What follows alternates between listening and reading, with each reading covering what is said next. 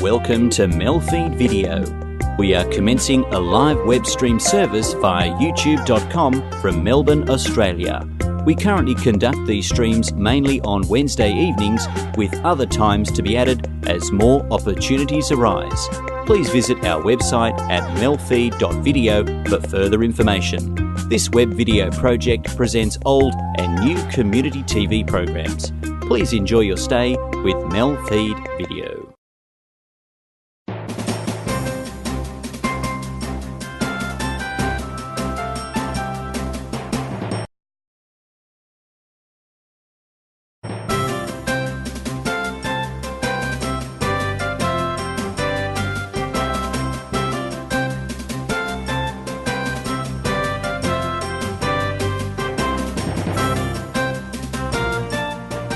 Hello and welcome to Migration Stories, a special edition of Nat Chat produced by Northern Access TV for Channel 31. Thank you. And thank you, Pooja Harishandra. Thank you so much. Thanks for coming to Nat Chat and talking about your migration story. Thank you so much. Which is from Sri Lanka? Yes. How long ago did you migrate to Australia from Sri Lanka? Around 7 years ago, I came to Sri Lanka. Came from Sri Lanka to Australia. And what sort of steps? Was it just plane from Sri Lanka to Australia, or was it, by another? Well, when I did my higher education, my parents always wanted to give the best education to us. So when back in Sri Lanka, we call it advanced level.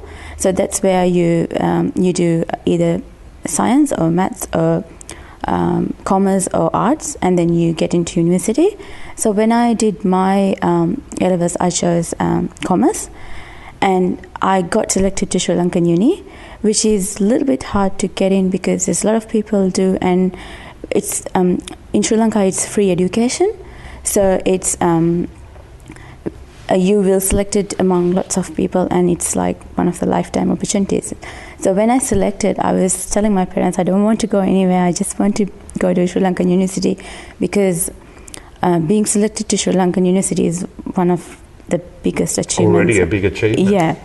So, but my dad was like, no, you should go to Australia and do your higher education. I was keep saying I don't want to go there. I just want to study in Sri Lanka. And then he said to me, one day you will realize, and one day you will thank me for giving the education, Australian education, which I actually see now. So when we decided that, my dad had one of his friends here, actually a few friends.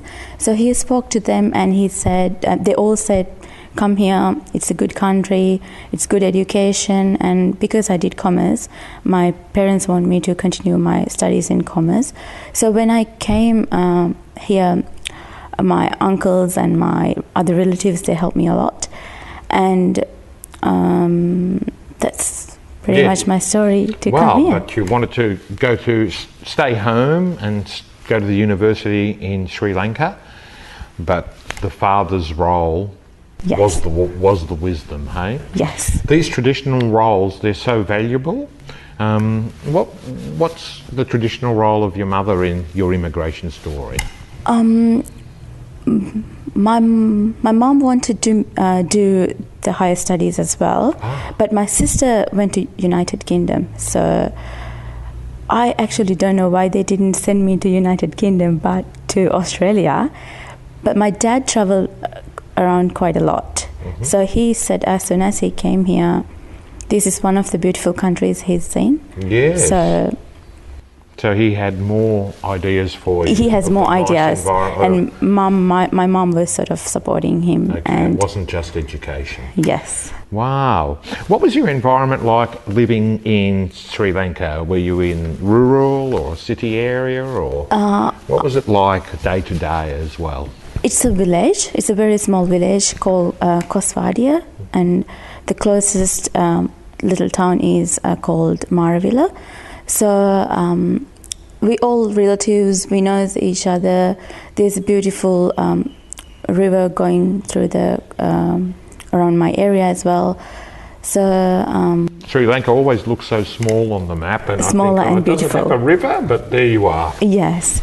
Of course it does. Yeah. So we pretty much know each other, and friendly community. We know everyone. There's a temple. Yeah. With Sri Lanka, would you say it's crowded or overpopulated, or not really? Not really. It's just normal. Just normal? Yeah. Were you with the elements? I mean, like, did you need to worry of snakes and things like that? Yes, a lot. We all do. Yeah. In Sri Lanka, because it's been a tropical country, yes. There's a lot of snakes, like different varieties of reptiles, yes. and all sort of insects. Yeah. You can teach us a lot in Australia about how to beware of snakes. I Yes. remember being in India, which isn't Sri Lanka, but wearing beads and jangly things. Yeah. It isn't Mosquitoes, just an ornament, flies. it's to scare snakes away. Yeah. Any tips on the flies? We got some chemical help, I believe. Well, Yes. we do better than that. We've got the hats with the corks hanging down. Oh, okay. Oh, you haven't heard of that? No. Yes, well, the Australian hat with the corks hanging down from a string, and as the cork jiggles around, it keeps the flies out of your face. Okay. Something interesting. Something we can teach to I can Sri introduce Lankan people. them. Yeah. But surely with the life in Sri Lanka, it's very modern and contemporary with communications. You stay in touch? Yes. Since I've been here, I've been traveling every year except this year. I've been a bit busy, so I couldn't go this year, but definitely next year. Oh, you go back each year? Each year, if yeah. you can. Yeah. And what's a typical trip? A week, 2 weeks, a month, and you stay at home, or do you do some things? Only once I've been for 1 month. Other than that, always been 1 week or maximum 2 weeks. Yeah. I try to travel around. There's religious places I normally visit. So my family is religious family. Which religious group? It's Buddhist. Buddhist? Yeah. So we travel around. We go and pray. Yeah. So. And you have opportunities to practice your religion at a temple? Yes, here I do. In Melbourne, do you? Yep. I go to my temple and Hindu temple once a week. Hindu temple? Yeah. It's part of my religion. Yes. It's not too much, but my parents used to take us when we were kids, so I'm just continuing it. You continue it and you feel good there. Yeah. Well, thank you, Pooja. We'll have a little break now. Please rejoin us after these messages, and we'll find out Pooja's life in Melbourne, how it's going.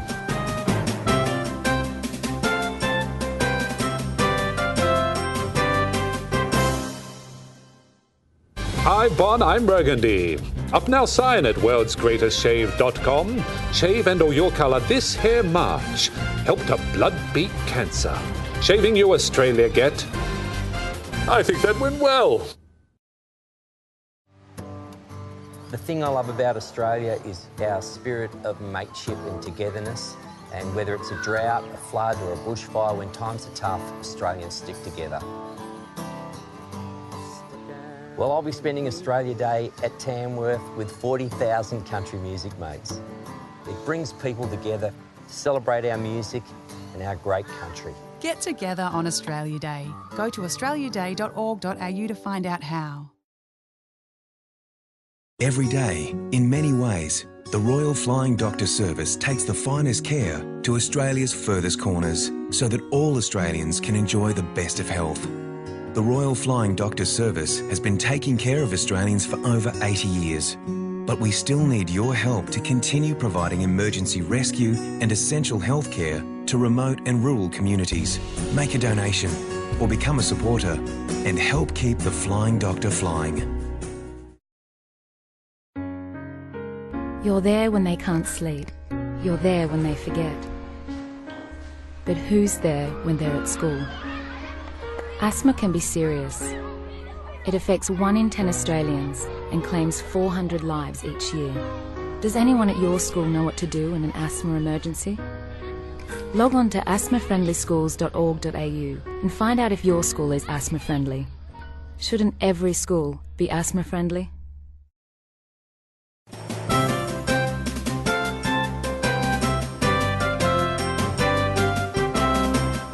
Welcome back. We're talking to Pooja Harishandra about her migration story. Well, that was fascinating, learning about your life in Sri Lanka. And what are you up to here in Melbourne? Well, since I finished my study, I started working in Pan International and Cultural Infusion. What's that? It's a we do event management. Event management. Okay. Yeah. And we got 2 different organizations. One is Pan International, the other one is Cultural Infusion. So we do cultural activities in schools, mainly in Cultural Infusion. So cultural activities as in different cultures. So what, cooking classes or schools?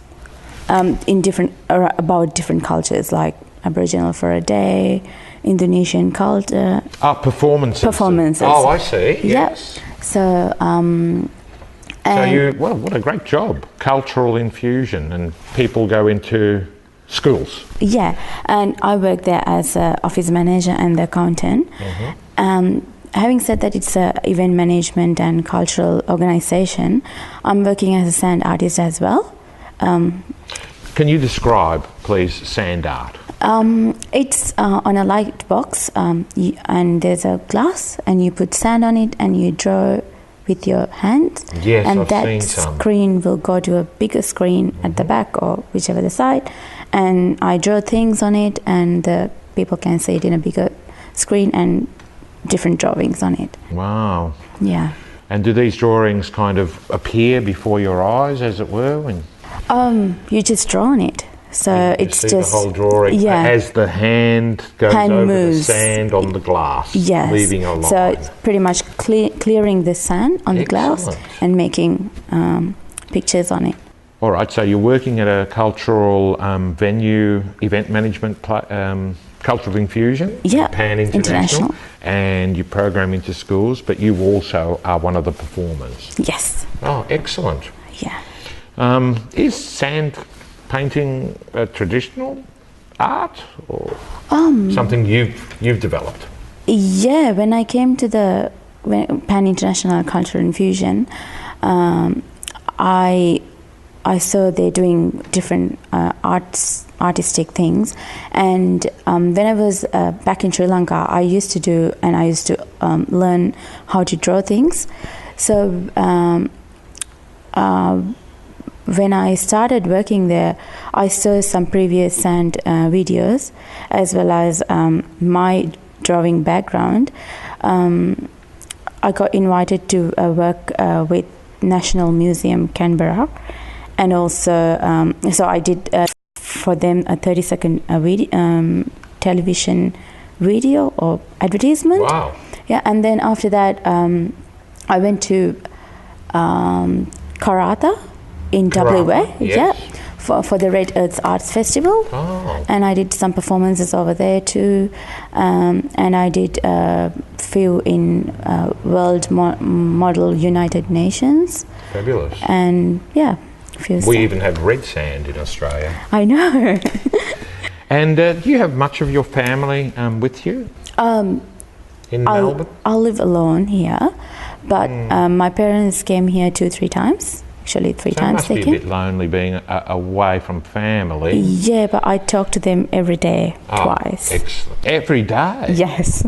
Wow. So- You're such a good daughter. But surely friends from your own community, I Sri do have. Lankan community? Yes.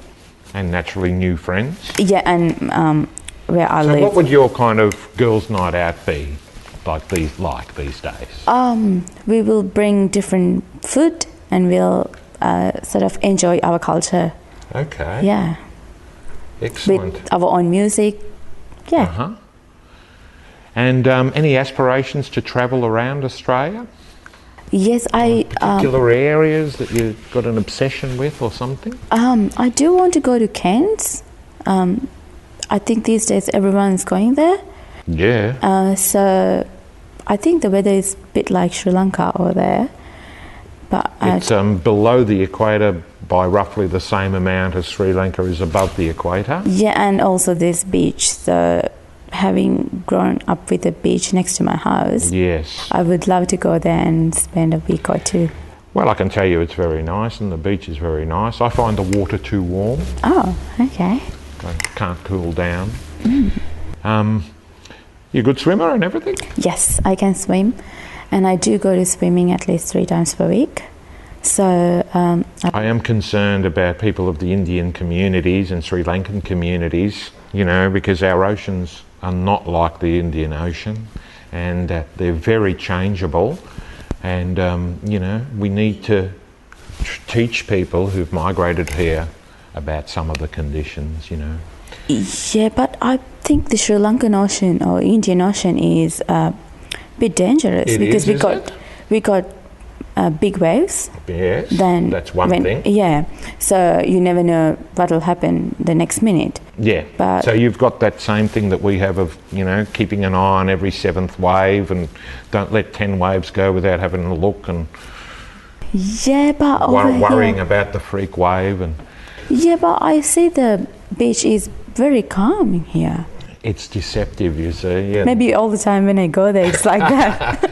Well, of course, we have the bay and the ocean, but we are concerned that, you know, people of the Sri Lankan community, I think, did lose their lives only last summer rock fishing in the, you know, Melbourne ocean side, and whereas the sea looks okay, we have to be prepared for the bigger wave and the Okay. also the rips and the currents underneath.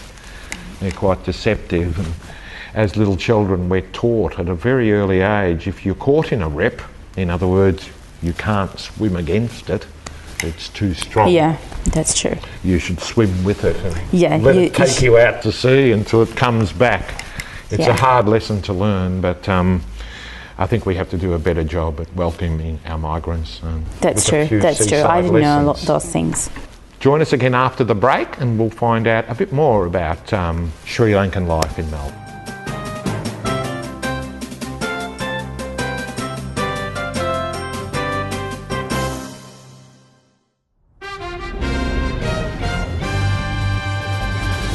Hi, I'm Bun Burgundy. I've travelled back to 1998 to show how the same year that brought us pain with this and torture with this also gave us hope with this. And unlike everything else from 20 years ago, shaving your head to help beat blood cancer hasn't gone out of fashion. You keep shaving, Australia.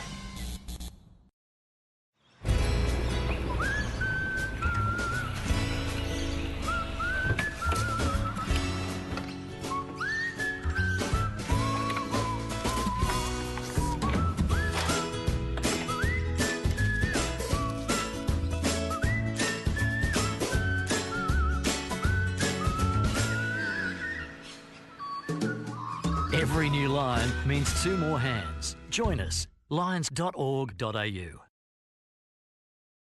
Every time you shop, the choices you make affect our community. It is important to select Australian products made by Aussie-owned companies. Our food security means quality and peace of mind. Your purchasing power keeps your dollars multiplying in our economy, keeping jobs, profits and decisions being made right here, which is better for your children. So the next time you buy, look for the AusBuy logo. It makes all the difference.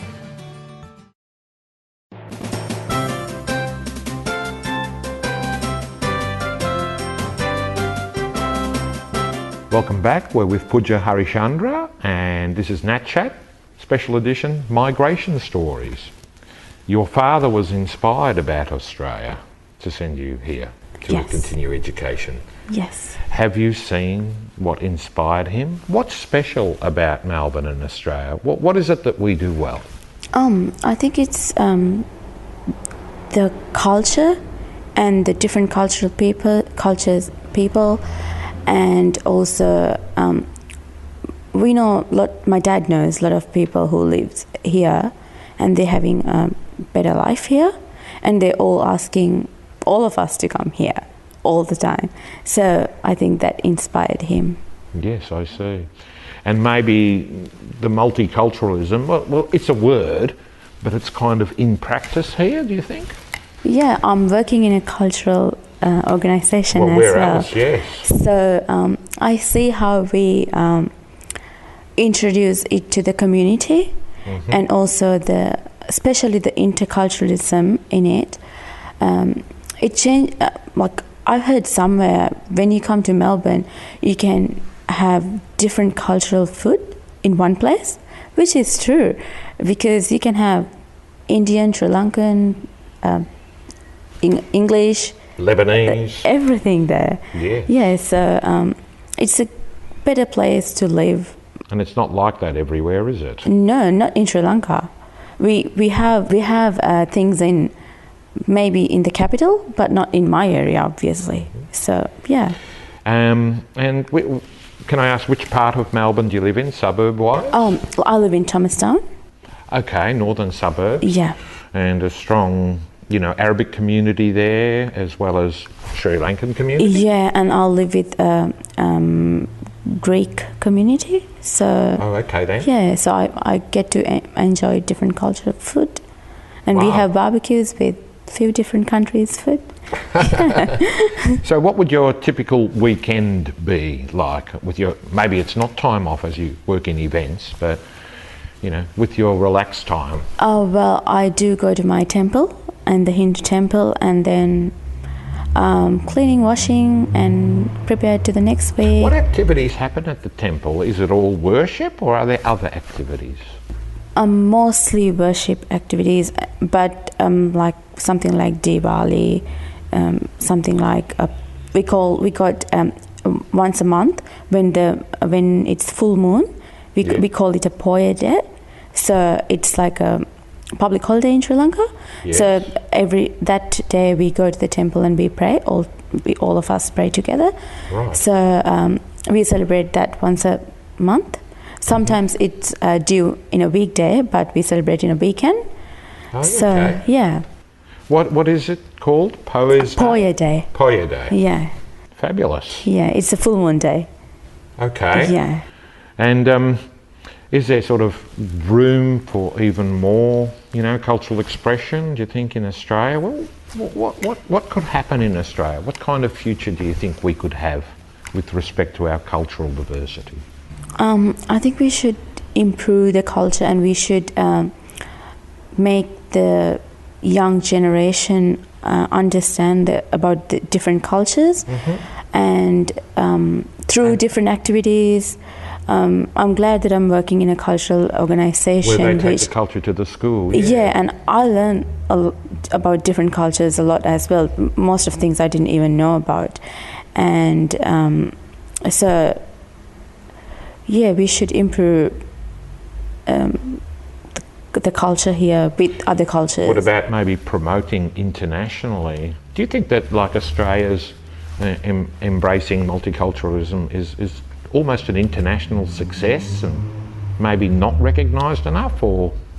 I think we're getting there. Yeah, okay. Long way to go still. Yeah, and I have to say this December, Pan International is doing Australian Christmas Day in China. So it's one way we're taking here culture in Australia to another part of the world. So Brilliant. things like that I think should happen. Yes. Yeah. It's such a success story to have people living peaceably even, and intercultural peace and harmony through the many festivals and activities there are. I'm just wondering, do you think that there's a position there that we should be hoping to get to? I mean, what's a future for Australia? What do you think Australia should do? In terms of culture? Yeah.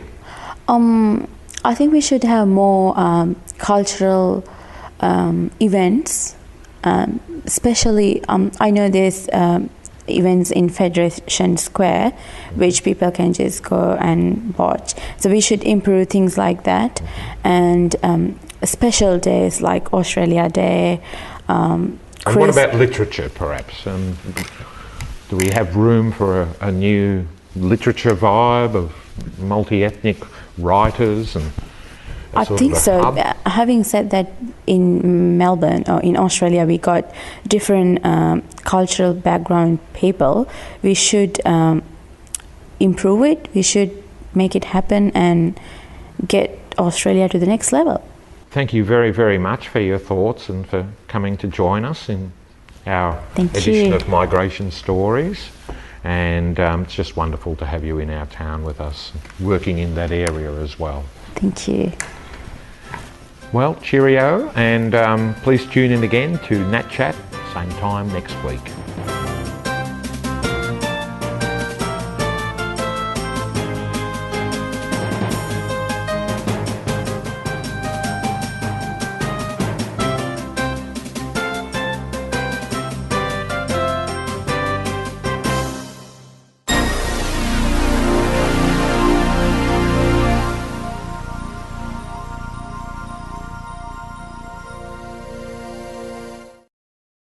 Go head on into the fast-paced world of roller sports.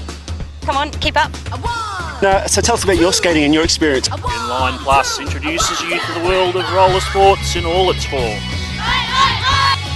We are actually going to catch up with 4 members of the Australian team. Free place to skate because the surface is quite smooth. So get your skates on. Inline Plus. Coming up next on MELfeed.video.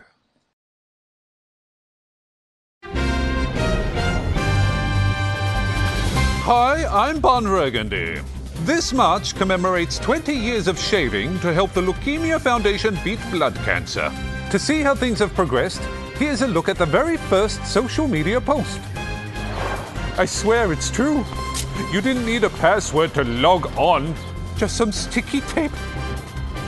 Oh, Bon, stop it. You keep shaving, Australia. We've all seen this one time or another. We may even have done it ourselves. But inhaling balloon gas is very dangerous and can be fatal. The helium in balloon gas acts as an asphyxiant, and when you inhale, it displaces the oxygen in your lungs. Balloon gas is safe in balloons and when you release it in a well-ventilated area and in a safe manner. So the next time you see some sucker about to inhale balloon gas, or you think it's going to be a laugh, stop and be gas-wise. Hi, I'm Lane Beachley. Australians have recycled enough printer cartridges to cover Bondi Beach 12 times. That's kept 11,000 tonnes of valuable resources out of landfill. Drop your used original cartridges into the special boxes at participating retail outlets, and they'll be turned into new products from pens to road surfaces. Help us keep up the good work. Find out more at cartridges.planetark.org. 1 in 5 of us are affected. 10% of us will have at least one. And the numbers double for Indigenous Australians. Just as quick as a click of your fingers, it can happen to anyone at any time. What would you do if someone close to you was having a seizure? Imagine if it was your child. My brother has it. My sister has it. I have it. I have it too. You're not alone. You're not different. And you have a bright future ahead of you. So click for kids! I'm Amy Lee, and I'm part of it.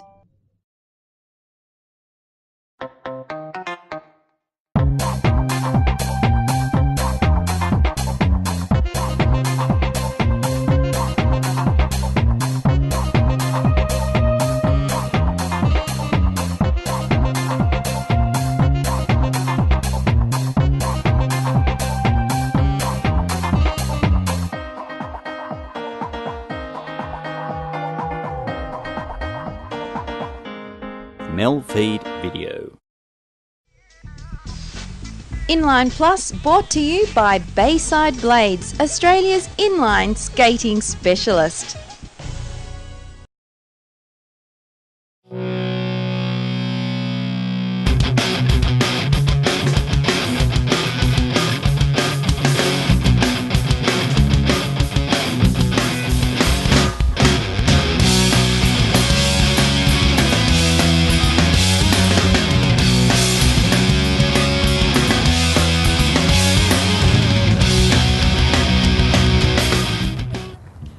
Hey everybody, welcome to Inline Plus. Today's show is all about journeys. We've got a few different types of journeys. We've got the Adelaide roller derby girls journeying over to Victoria on the way to Derby Camp. We journey along the Torrens River with Barrel House Bessie and Smarty Pants. And we have lifetime skater Jo Gilbert takes us on her life journey. And I dare you not to feel good after that story. Enjoy.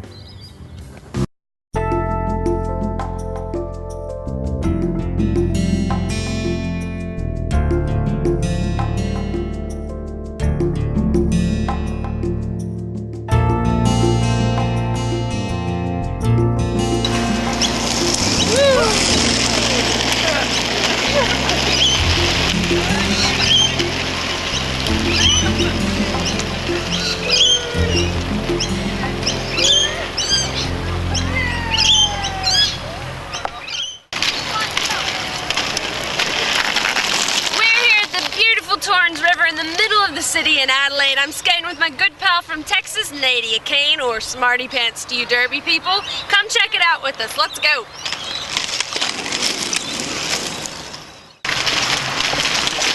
So having the Torrens in the middle of the city here is great because there's all sorts of things you can do, including paddle boats. If we weren't on skates, I'd have one of those yellow paddle boats out right now with Nadia in it, running around the river, but instead we're gonna keep on skating. Let's go.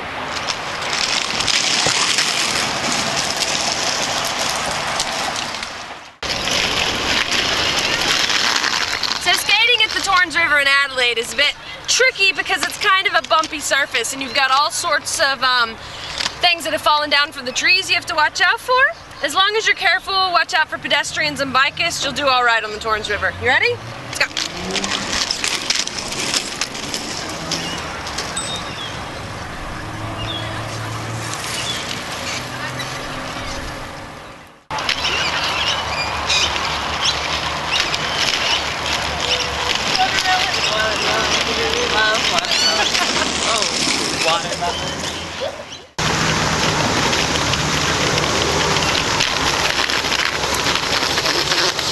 We've entered the art precinct here on the Torrens River and it's beautiful. You've got the festival center, you've got the convention center, you've got beautiful water features. It's got great tile paving for these skates. It's easy on the eyes and it's easy on the skates. Come on.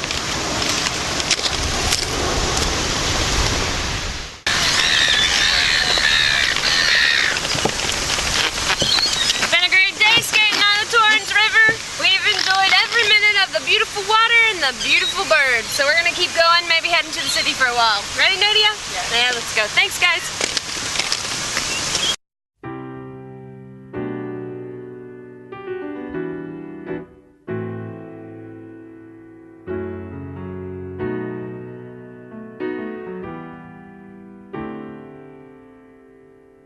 Since the morning in the evening is when I find myself.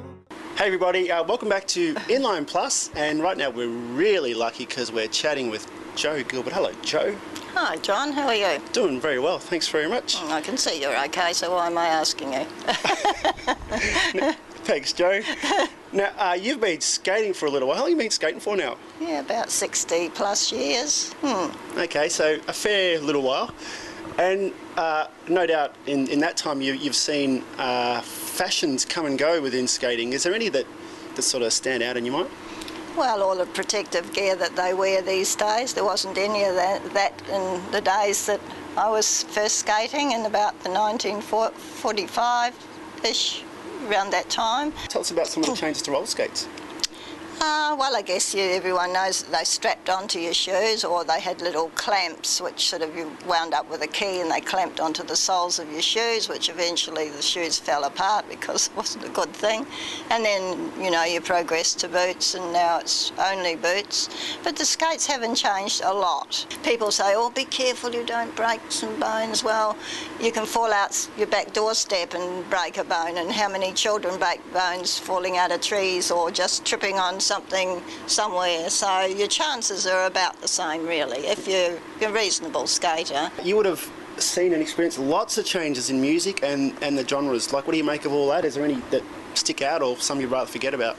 Yes, well, I think the music influences the way people skate. Do you feel to see these, you know, younger people skate around, and for the first time, and particularly family? Oh, it's lovely to see family because, I mean, naturally I took them skating when they started to grow up and there was a rink opened and we down at Mordialloc, and I thought, well, I'll take them skating. You know, I still have my skates. I've still got skate on my nearly original skates. I've had 60 plus years, and now they've grown up and got married and had children, and they're skating, and the youngest is 3. Youngest grandchild is 3, and the oldest grandchild is 21, and he's one that represents Australia overseas in the roller hockey. But my family is 5th generation roller skaters. Hey Jo, thanks heaps for coming on the show. A pleasure, and it was very interesting to meet you and see you down at the rink that day filming, and it's someone who's interested in skating. It's great. All good. I hope you're skating around for many more years to come. Oh, I'm going to make an effort, yes. Yeah.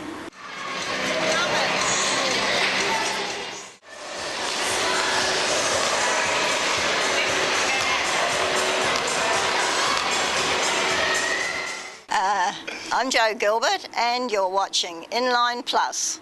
Keep rolling. Straight after the break, the very talented Jason Sutcliffe takes us on a journey up to the Gold Coast for the Artistic Nationals. You're watching Inline Plus. We're just out here to have a good time, and yeah. You look like you're having a good time. Yep. We are. The new website for Inline Plus TV is natsport.tv/Inline Plus.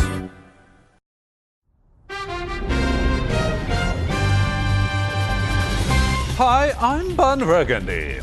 I've travelled back to 1998 to show how the same year that brought us pain with this and torture with this also gave us hope with this. And unlike everything else from 20 years ago, shaving your head to help beat blood cancer hasn't gone out of fashion. You keep shaving, Australia. Behind every great athlete, there is a great support network. Australian Athletes with a Disability and Wheelchair Sports Australia help athletes realise their full potential. Gonna go from 3, yes!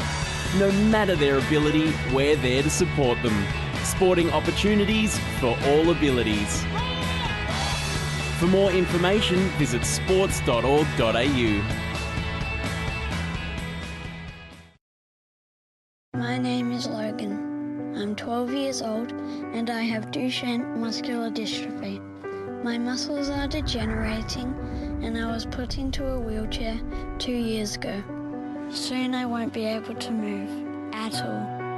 The majority of people affected will not live past their 20s, including me. So we need your support to improve our quality of life until a cure is found. Australian women need to kiss more. Watch out for persistent and unusual symptoms, as they could be a sign of ovarian cancer. Know the important signs and symptoms. Kiss. Look out for symptoms like abdominal or back pain, difficulty eating or feeling full quickly, or persistent bloating, or a change in toilet habits. If you're experiencing persistent and unusual symptoms for more than 14 days, see a GP. Make sure you kiss regularly. Inline Plus, brought to you by Bayside Blades, Australia's inline skating specialist. What? Is on, Scooty? What? Here we are at the opening of the National Roller Sports Championships on the Gold Coast, and as you can see, everyone around us is having a general skate and it's going off. Woo! We're having such a ball here tonight. Here's some of the skaters.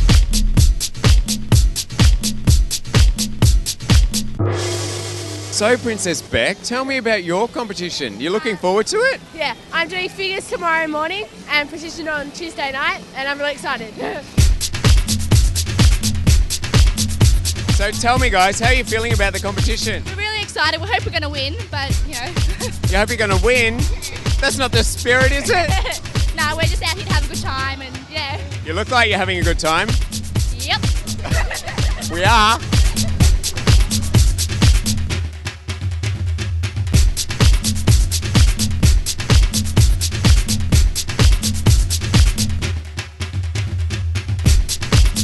So, Paul, you've been away for the sport for about 10 years now. What do you think of the local talent? Well, mate, from what I've seen and talked to some of the people, the enthusiasm's still there, and I think you've got some pretty good talent coming up. Any future world champions? Oh, mate, that's something I couldn't answer, mate.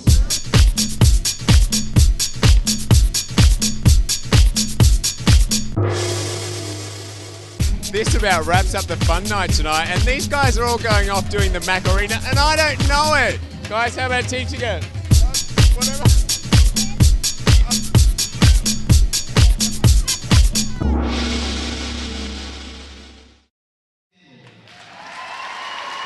In the background, as you can see, we have the opening of the Australian Roller Sports Championships, and all these athletes are the ones that are competing during the week.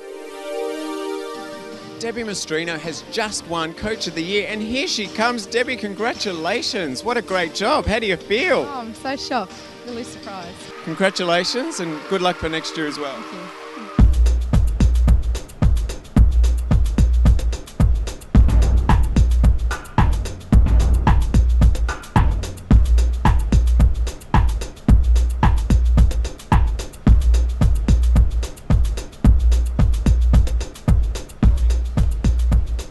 Well, here we are with one of the most exciting new precision groups, Incantation. How do you feel, guys?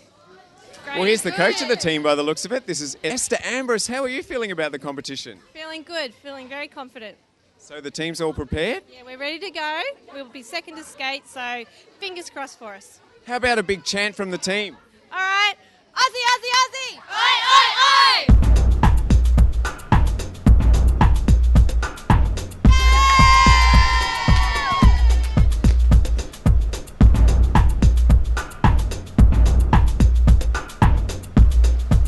We are actually going to catch up with 4 members of the Australian team. So you guys are almost legends in the sport already. And what, you're under 18? How are you feeling about the championship? No, I'm psyched, man. I'm psyched. That's the spirit. What about you, Jono? Pretty good so far. What about the rest of you guys up there? How are you feeling? Ready to rock? Woo!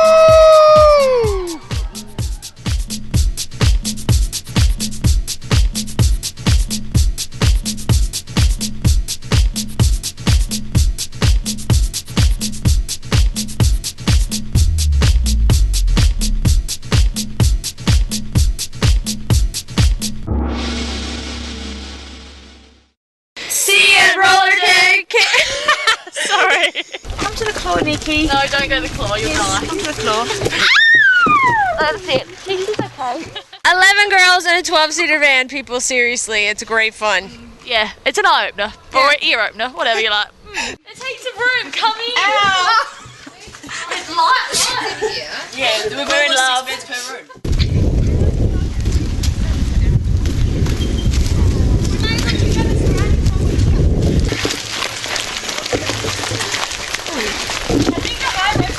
Inline Plus, this is how you block. No?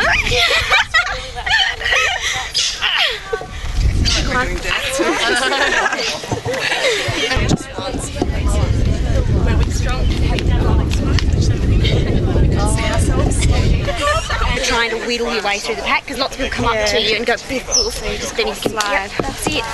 Just get to that little ledge. If you're the one instigating the block, you have to. Your shoulder must be below the other girl's shoulder.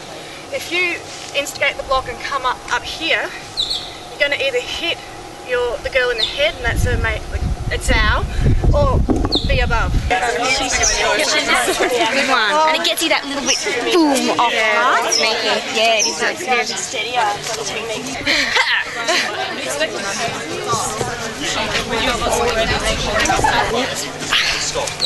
You get the whole boom. Yeah, not using your arm at all, just boom back with your shoulder. Yeah, good one.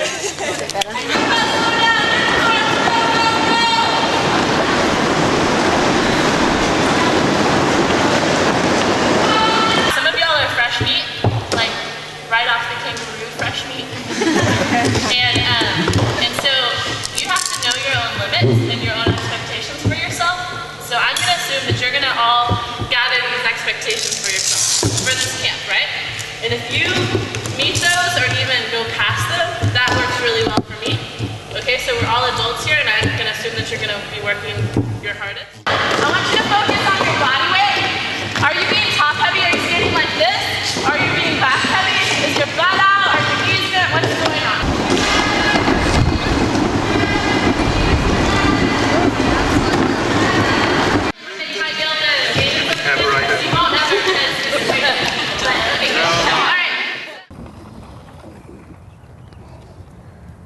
Hey guys, well, that was episode 4, and it just goes to show that skating is for everybody, regardless of age or background.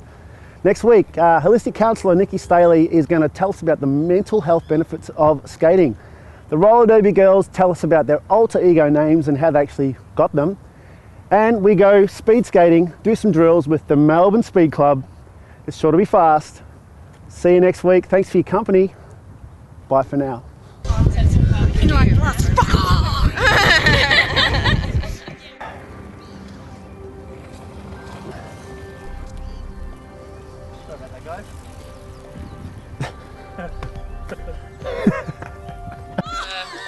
Please. Go skating. I'll do it again. G'day everyone, welcome to Inline Plus. Well, you know, they say life's not about the journey, it's about the destination. No, they don't. They say it's about the journey, not the destination. Try again. So there you have it, Joe Gilbert, skating legend. Joe, thanks for being on the show. My pleasure. And I hope you're skating around for heaps longer years to come. Well, I'm going to do it even if it's just to annoy my children.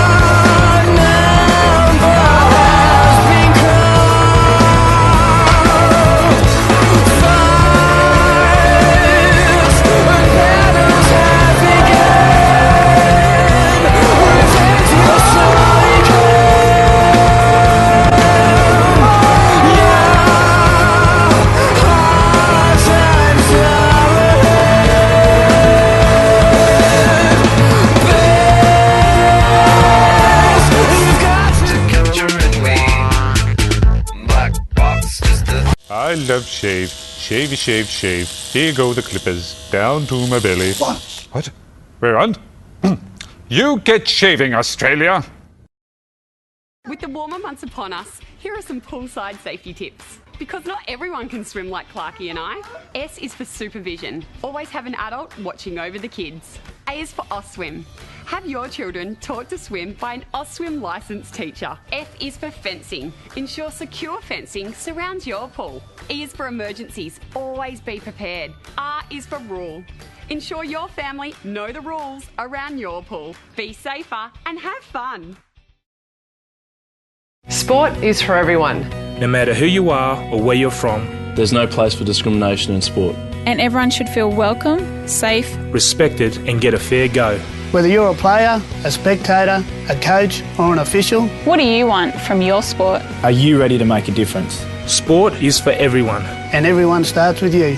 Keep your sport inclusive, safe, fair and fun. For more information, go to playbytherules.net.au.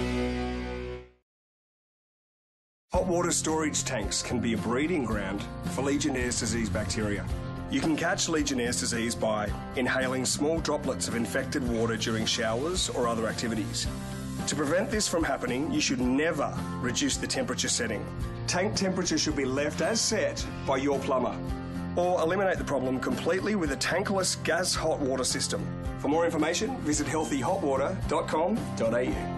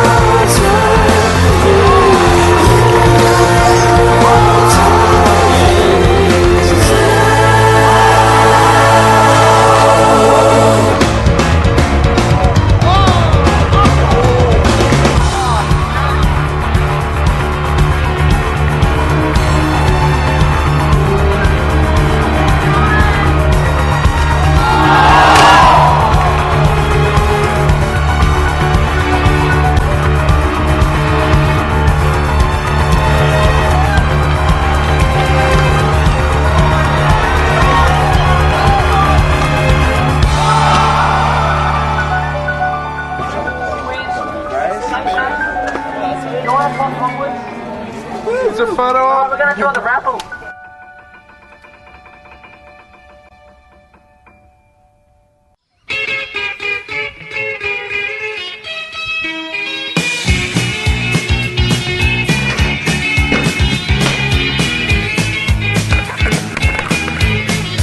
Launch a bicycle on a hillside desolate. Will nature make a man of me, yeah? When in this charming car, this charming man, why pamper life's complexity when the leather runs smooth on the passenger seat? I would go out tonight, but I haven't got a stitch to wear. This man said it's gruesome that someone so handsome should care.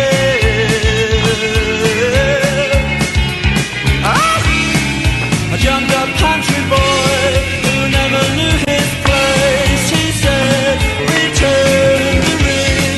He knows so much about these things. He knows so much about these things.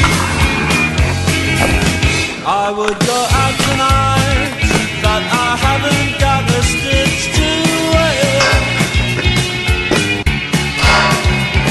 This man said it's gruesome that someone so handsome should care. Na, na, na, na, na, na. This charming man. Na, na, na, na, na, na.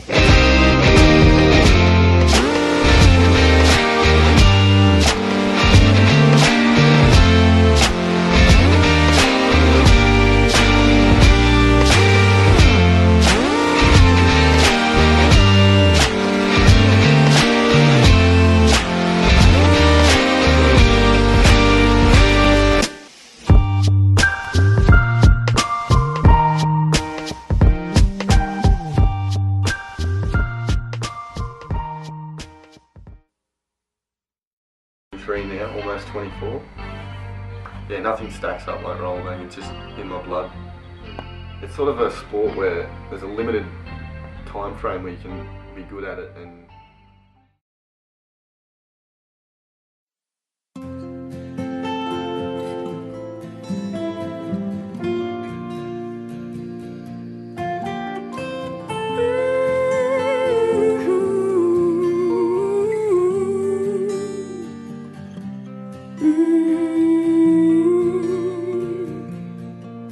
There's no sacrifice, no sacrifice,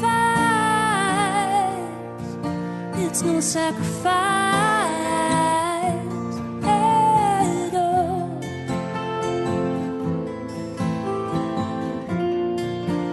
No sacrifice at all.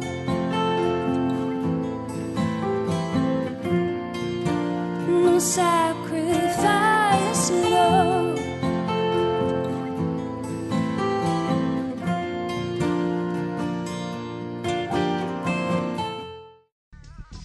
Inline Plus was brought to you by Bayside Blades, Australia's inline skating specialist.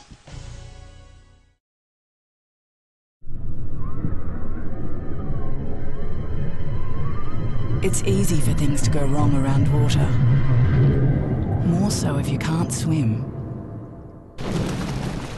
It's great seeing kids confident in the water and enjoying themselves. An important part of keeping kids safer around water is learning to swim. There are over 600 registered swimming schools that run the Australian Unity Learn to Swim program.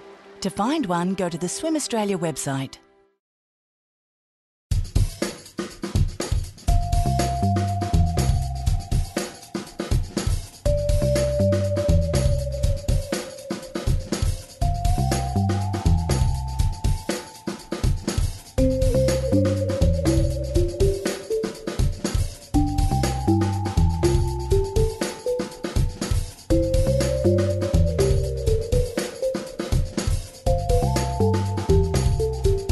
MELfeed.video. Alleluia. Om Mani Padme. Om Allah.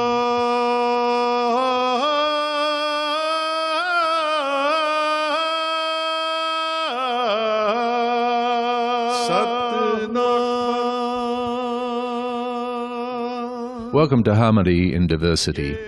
We're at the St Kilda Town Hall today, 27 November 2011, and we're attending the Interfaith Network Conference. Our intent is to introduce and to discuss with some of the organisers and attendees at this conference to understand some of the intricacies of interfaith within Melbourne. Welcome this afternoon. My name is Gary Noel and I have the honour to be the President of the Manningham Interfaith Network, and as a consequence of that, the honour to be the convener of the Victorian Interfaith Network's annual conference for 2011. Let us begin by... The conference has been running now for about 5 years. It came about through a desire for, I think, different interfaith networks. When they were first all getting started, it was really breaking new ground. And rather than everybody reinventing the wheel all the time, there was a feeling that there could be a benefit from the interfaith networks getting together. And the interfaith networks that come to the conference really fall today into one of three categories. They're either relatively new and they're looking for some ideas to get themselves started, how to attract people into the group. They could also be interfaith networks which have been established but perhaps lost a little bit of momentum. Maybe the founder of the network in a particular area had moved on to other areas, and they're looking to regain a little bit of momentum. And there are some interfaith networks which are very strong and going from strength to strength. And they're great examples for the other interfaith networks to learn from and to see exactly how they can work, and to see the great success stories that are there. So it seems like the whole idea of interfaith networks is a fairly new thing here in Australia. I'm not certain when the very first network as such was established. I know there are some people who come to the conferences who tell me that they've been working in this area for 30 years, but more on a casual type of basis rather than more of a formal basis. And it's really been perhaps in the last 5 or so years that it's really gained some very strong momentum. I think there was a lot of work being done in individual pockets, but it's now becoming quite a cohesive movement, and there's a strong desire there to carry it through. What some people who come from a Christian tradition might say, that the Holy Spirit is now really working to bring people together. 2011 conference was the first year which I was the convener of the 2011 conference. In previous years I had been a participant, and other people had organised the conference.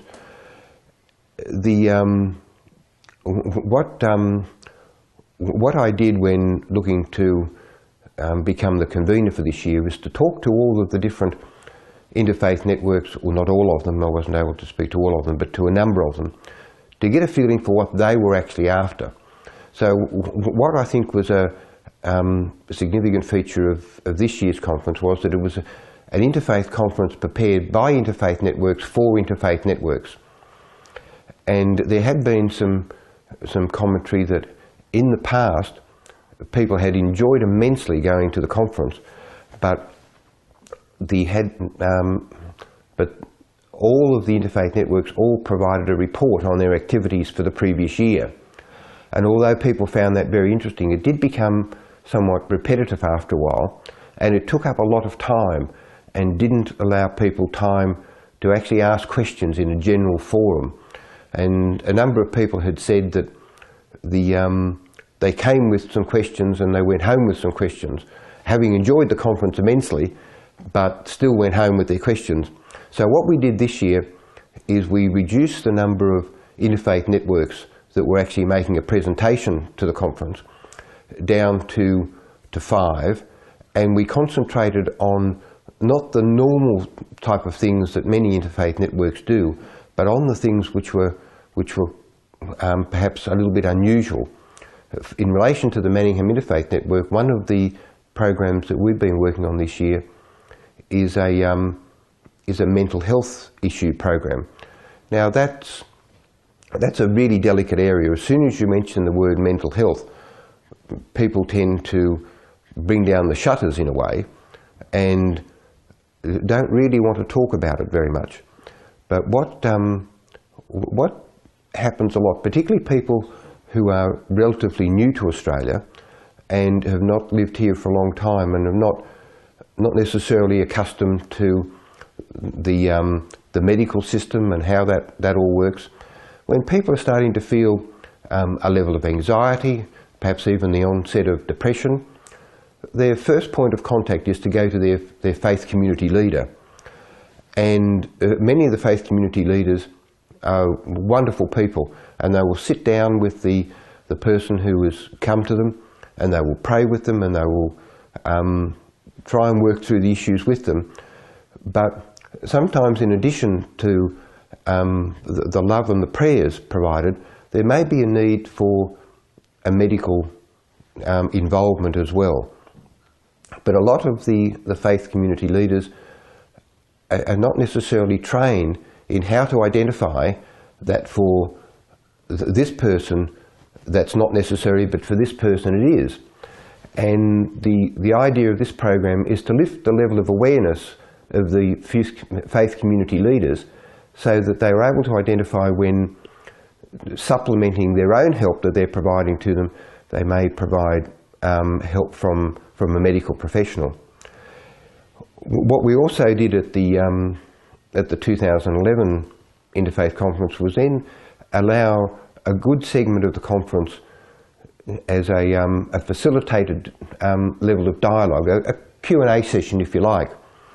The level of accumulated wisdom within that room was just enormous. And as I mentioned earlier, some of the people in that room have been working on interfaith dialogue in their own spheres for 30 years. And their knowledge is just amazing. So what we did in the conference was open the conference up for questions and then look to the whole gathering of people there to provide the answers. And there were far more questions than we were able to cover in the time available. And what we asked the people to do is to write their questions down, and I collected all those after the conference. And what we'll be doing is having them all typed up and then send them out to all of the interfaith networks and ask them, do they have comments in relation to the questions? So I see this as also building a resource facility for people to be able to look at the particular practical questions that they've got, which might assist their own individual networks. And rather than having to reinvent the wheel, they will have the opportunity to draw on the vast experience from interfaith networks that have been around now for several years.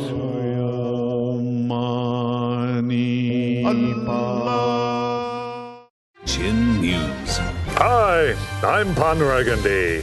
The Leukemia Foundation has given me the job of convincing you to sign up to the world's greatest shave. Now that's done, I thought I'd pop some bubble wrap.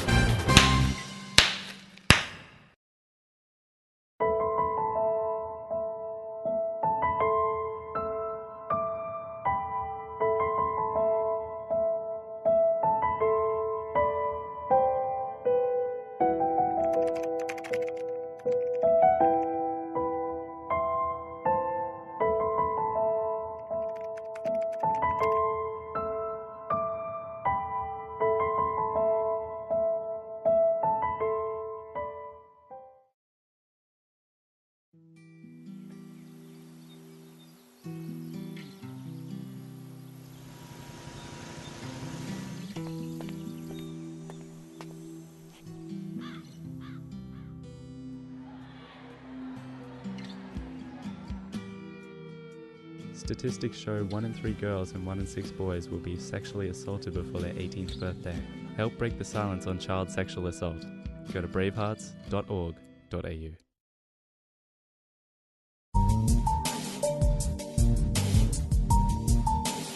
Do you currently have a community service announcement on free-to-air television? If you do, you can now submit it to us as well via our website at MELfeed.video. We have lots of time to fill on these broadcasts, and we are sure to give your announcement a great run on MELfeed.video.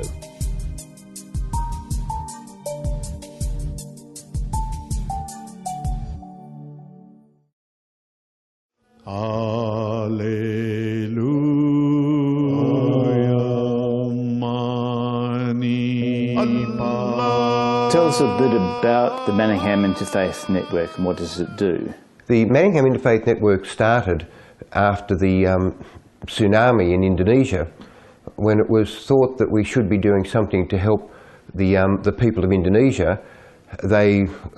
Indonesia is a predominantly Muslim country, and there was the local mosques were trying to put together some food parcels to send over, and we thought that was an excellent thing to do, and a whole lot of different faith groups came together to support the local mosque in putting together the support for Indonesian people who were suffering from the tsunami.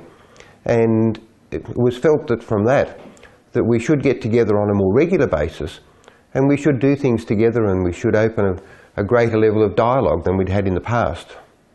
Do you find it very encouraging that the council supports the interfaith in its area? Certainly the Manningham City Council are very supportive, and that's something I've found through a lot of councils throughout Victoria.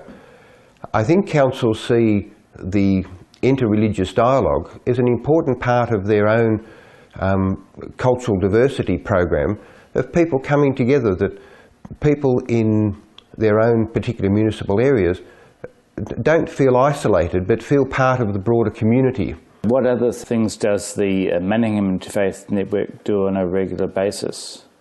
Our big premium event, if you like, for the year is that we have an evening on Harmony Day on the 21st of March each year, which brings people together in the Manningham City Council facilities, and it's a night where we have prayers from various faith groups, different readings, but also a happy and fun evening where there's entertainment with singing and dancing, and it brings people together who would normally never have any contact with one another at all. And the evening ends up being a very positive evening, with people leaving both saying they enjoyed the evening, but also that they now have a different sense of perspective about the people that may have lived a few streets away that they'd never actually met before. And the fact that they dress differently doesn't mean that they have necessarily different aspirations in life. We all endeavour to live a happy and harmonious life, and to live in peace. And the fact that our culture might be different doesn't interfere with that, but also the fact that our religions are different doesn't necessarily pull us apart. It should be seen as something that in fact pulls us together. Tell us about the Quran exhibition and how you came to include that in the Interfaith Conference. Well, in looking to draw interfaith networks from all over Victoria into the conference so that we can share, and that all the interfaith networks would have the benefit of both sharing amongst each other and both learning from others and being able to provide information of value to others. One particular group of the Muslim community said, we're going to have quite a large exhibition on the Quran in a few weeks' time. Would you like us to bring a mini version of that along to the conference? And we thought that would be a wonderful opportunity. The Quran is a rich historical book which provides great guidance for a very large number of the world's population, and is a text revered by Muslim people. And we knew that a lot of other Muslims who would be there would welcome the opportunity to see the Quran exhibition, but we also knew that a lot of people who are not Muslims would welcome the opportunity to just wander through and have a look at the exhibition and just absorb a little bit about what it was about. And I think in a way, and it sounds a bit trivial to express it this way, but it gave a bit more colour and movement to the conference.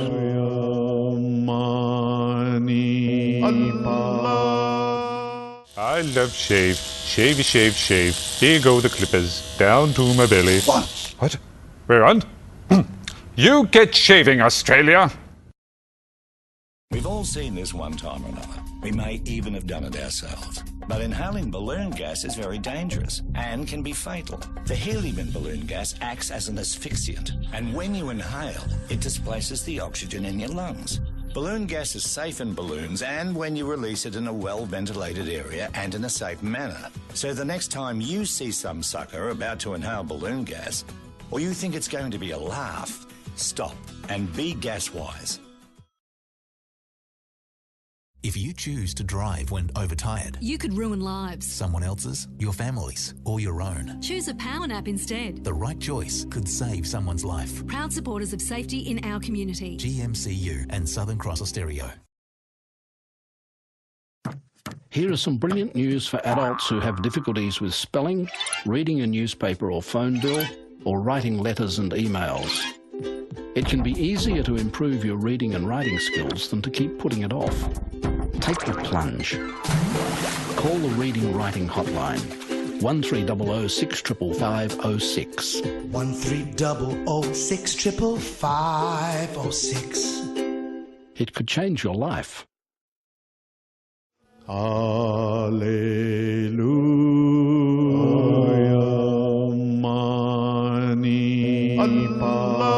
We're speaking with Imran Ahmed and Noreen Chowdhury from the Ahmadiyya Muslim Association of Victoria, and they're attending today at the Victorian Interfaith Conference at St Kilda. Now, one of the first questions which one would like to ask in relation to this is, first of all, what is the Ahmadiyya Muslim Association? Ahmadiyya Muslim Association is a community or sect in Islam that was established, or actually started, on 23rd of March 1889 in a small town in India called Qadian. And the founder of our community is Mirza Ghulam Ahmad of Qadian, peace be upon him, who claimed that he is the Messiah, the same Messiah that was foretold by the Holy Prophet of Islam, whose advent was foretold by the Holy Prophet of Islam 14 centuries ago. And he initiated this community. And we are here in Victoria for almost last 20-25 years. Like, we had a few members of the community for more than 50 years as well. But most of our members, they migrated here in last 15 to 20 years. And we are around 300, 350 members in Victoria, mostly based in southeastern suburbs of Melbourne. I noticed on your logo that across the bottom is love for all and hatred for none. This is a peace-loving community, and most of the people probably don't have the same concept about Islam. The way Islam has been portrayed in media, I would say, in recent years, probably for people, Islam probably means just terrorism. Yes. Okay, but when they see this logo and they read this logo, and then they've got a different concept, a different perception about Islam. And when we tell them like what we are doing for humanity, or like what actually Islam means, they are actually very much impressed with that one. I would say that this motto, love for all, hatred for none, actually summarizes the teachings of Islam. Islam is a religion that teaches peace, love, tolerance, compassion, and we really need to put that message out, because the way I have interacted with people and what I've learned is that there's a lot of work to be done in this area. The general impression of Islam is that it is a religion that teaches violence, whereas it is the exact opposite. The word Islam itself means peace and submission to the will of God. So we are not out there to hurt anyone. We are actually out, we would love to meet and interact with people as much as possible. Why be in attendance at a conference like this? What's your purpose in being here? I'm actually serving as the secretary of the CEC Multi-Faith Network, so I got this opportunity to represent not only the Ahmadiyya Muslim Association, but also as a member of the CEC Multi-Faith Network. And I think the reason why I'm here, and I've encouraged a lot of the women to be part of today's festival, is so that we can learn how we can become contributing members to the interfaith alliances across Victoria. I hope this will open up many doors of opportunities, not only for the women, but for the association at large, and that we will be able to form alliances in many more networks, just other than just the ones where we're working at the moment. We are an active members of interfaith networks across southeastern regions of Melbourne, like Casey and City of Dandenong and City of Frankston. And we just got this opportunity to come here and show ourselves, be part of this festival. The main purpose of ourselves coming here, like to make a relationship with other fights, to learn more about other fights, and also to tell them like what we are about, what our teachings are. One of the points that was raised this morning at our table was that these kind of interfaith activities actually strengthen your own faith and your own convictions. So that's what I've experienced in my relationships with the people from other religions, and I think it's very important that we're not only about talking and dialogue, we're also about action. So we need to take what we discuss and implement it in our lives and in the society at large.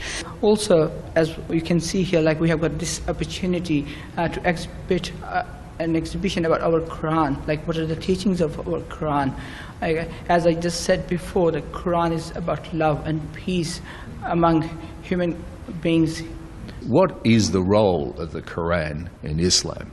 In a nutshell, I would like to say that it guides us, or guides Muslims through the everyday life, like through whole of our life.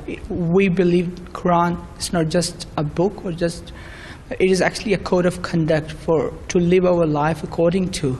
And as you might already know, the Quran is a revealed book that we say. It's a message of Allah Almighty to Muslims. Not only Muslims, we believe it is a book for all the mankind, and Quran and Islam is a religion for the whole world. It's not just confined within Muslims, but it is a law, or it is a code of conduct for everyone. Among all the teachings of the Quran, what I find most appealing is that it is an all-inclusive message. It's not only for one group or one community, but for humanity at large. So I find that very useful in my interfaith activities as well. And among the 700 commandments that there are in the Quran, it also says that it includes the message of all previous scriptures. So it's a complete message which hopefully will reach all the people of the world, and that's what our hope is. Quran teaches us tolerance towards our fellow beings, and I just want to clear one thing that has been portrayed in media in such a bad way, that about terrorism or intolerance about Quran. Actually, the Quran says there is no la ikraha fid din. It means there's no compulsion in religion. So, like, we as a human being allowed to practice whatever we want to, and salvation is not a monopoly of Islam. That's what is in Quran. Now, this is a very open question, but I'd like to ask each of you, what does your religion mean to you? That core essence, what does it really mean to you? I think my faith basically tells me and teaches me and guides me to fulfill my purpose here on this earth. The Holy Quran says that I have not created, God is speaking, obviously, I have not created the men and the jinn, except that they worship me. And therefore, my faith allows me to fulfill that to the maximum.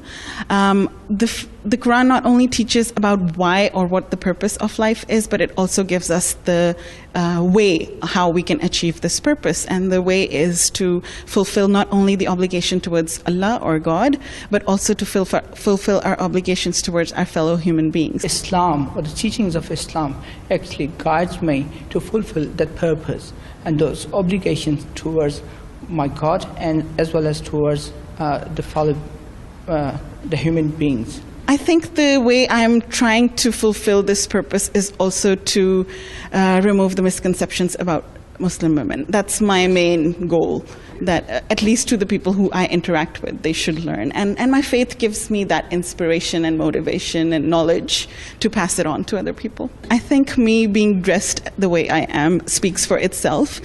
People often walk up to me and ask me, why do you wear the hijab? Or, are you oppressed? And often enough, just my communication or my dialogue with them removes their misconceptions. That's all for our program today.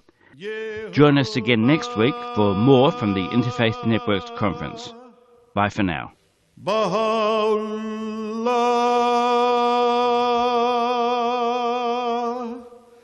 Shanti Om,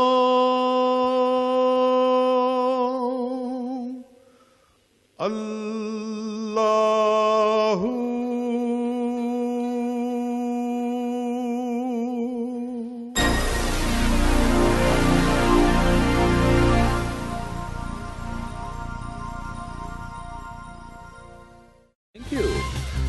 Newsflash! I'm not wearing any pants.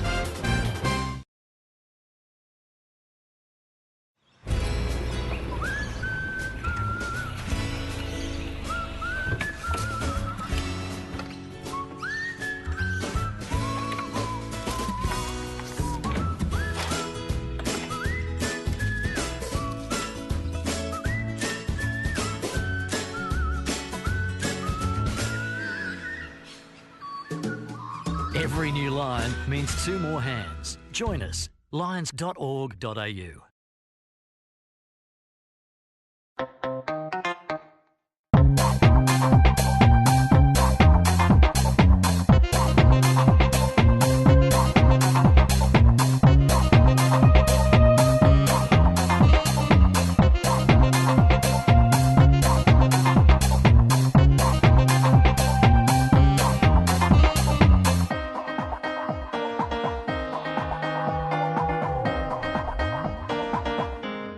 MELfeed.video.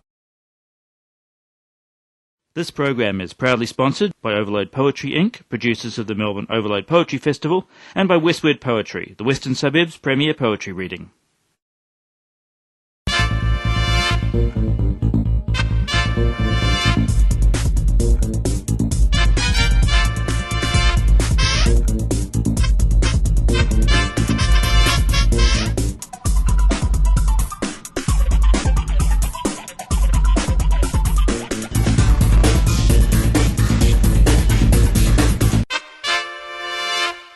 I come to Footscray a few times, and you live in the eastern suburbs, it's a real cultural desert, and you come over here and you get inspiration. I just walked down the street one day and there was this bloke swinging from a no parking sign with a stubby in his hand.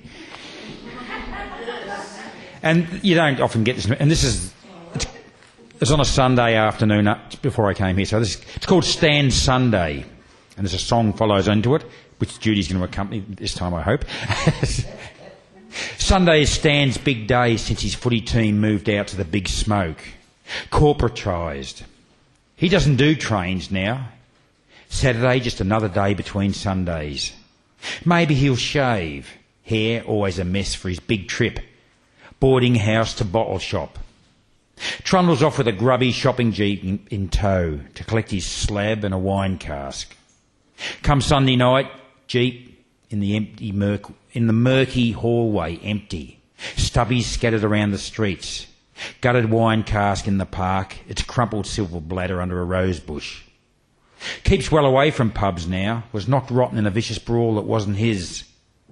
Long stint in Repat Hospital, resulting in concentration shot, slurred speech and shaky hands.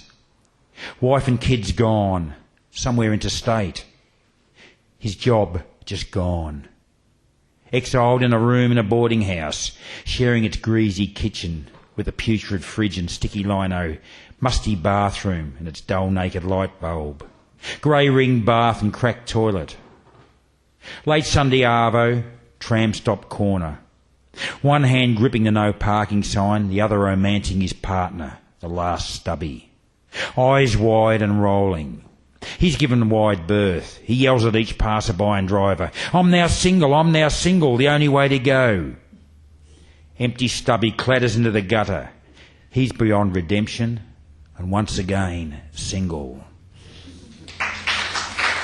And the song I'll just do it, it's for the West, it's a common song, and you can sing with the chorus if you want to. That's it right here. At the west end of town, at the foot of the bridge, there's a chimney so tall, it says Yarraville Mill. But there's no smoke at all coming out of the stack, for the mill has shut down and is never coming back. And the only tune I hear is the sound of the wind as she blows through the town. Weave and spin, weave and spin. There's no children at all in the dark narrow street, and the loom has shut down. It's so quiet I can't sleep. The mill has shut down, 'twas the only life I know. Tell me, where will I go now? Tell me, where will I go? And the only tune I hear is the sound of the wind as she blows through the town. Weave and spin, weave and spin. I'm too old to work and I'm too young to die. Tell me, where will I go now, my family and I? And the only tune I hear is the sound of the wind as she blows through the town. Weave and spin, weave and spin. And the only tune I hear is the sound of the wind as she blows through the town. Weave and spin, weave and spin. Thank you. We hide our aloneness under labour, eating, drinking, willing all our tomorrows allow us this disguise, elaborated with laughter, song and love. Each day we go on distracting our souls, till night brings us awake, alone beside a sighing stranger who dreams beyond our reach. Our goddess. She was an English rose, and to us her children still is, with hair as red as the harvest moon, skin as pure as her thoughts and deeds, eyes blue and bright, always laughing. She would laugh so hard her whole body would shake, but at times her eyes held sadness too. Compassionate, stubborn at times, she stood her ground against all adversities, loved us all unconditionally. Her love kept us all together. Feisty when she was wrong, and oh boy, when we did wrong, we knew never to press the issue. Short in height, soft and round, Mum was the rock that gave us 8 kids the strength to carry on with our lives, and she did it all alone. Taught us to do for others, go without things we could not afford to have, to pay our own way, make our own mistakes, live life the best way we could. To all who knew her and loved her, and that was many, she was a lady. To us kids, Mum was a goddess, and remains so, even in death. Thank you very much.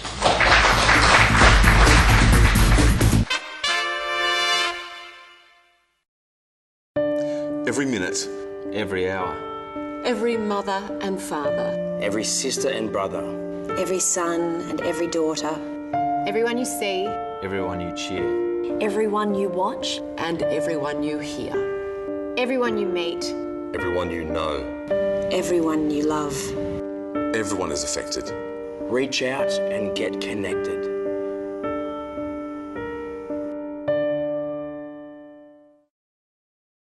Classifications let you know about the content of movies and computer games, so you can make informed choices. G tells you the content is suitable for general viewing and playing. PG means parental guidance is recommended, and the content may not be suitable for younger children. M says it's recommended for mature audiences over 15. MA 15 Plus indicates that legal restrictions apply, and the material is not suitable for those under 15. R18 Plus is restricted to 18 years and above. You can also find useful consumer advice next to the classification. Look out for these symbols on games, DVDs, advertising posters and movies. Please use these classifications to help you choose with confidence. If a man's home is his castle, his shed is his kingdom. It's a place men can hang out with a few mates, build a few things, even if you haven't before, and give back to the community. No man should be without a shed. The Australian Men's Shed Association is working to provide a shed for all Australian men, and they have over 400 already. Visit your local shed, build your community and make a difference. Find a shed near you. It's time to give back.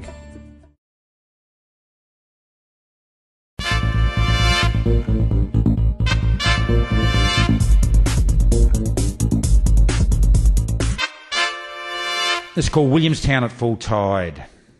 And it's a bit about everything. And yeah. Running along Winter's Beach in shorts, Peter's skinny little legs pumping like a windmill in a storm, dodging the licking waves. Grandma's a long way behind. He chases a barking dog that chases a seagull.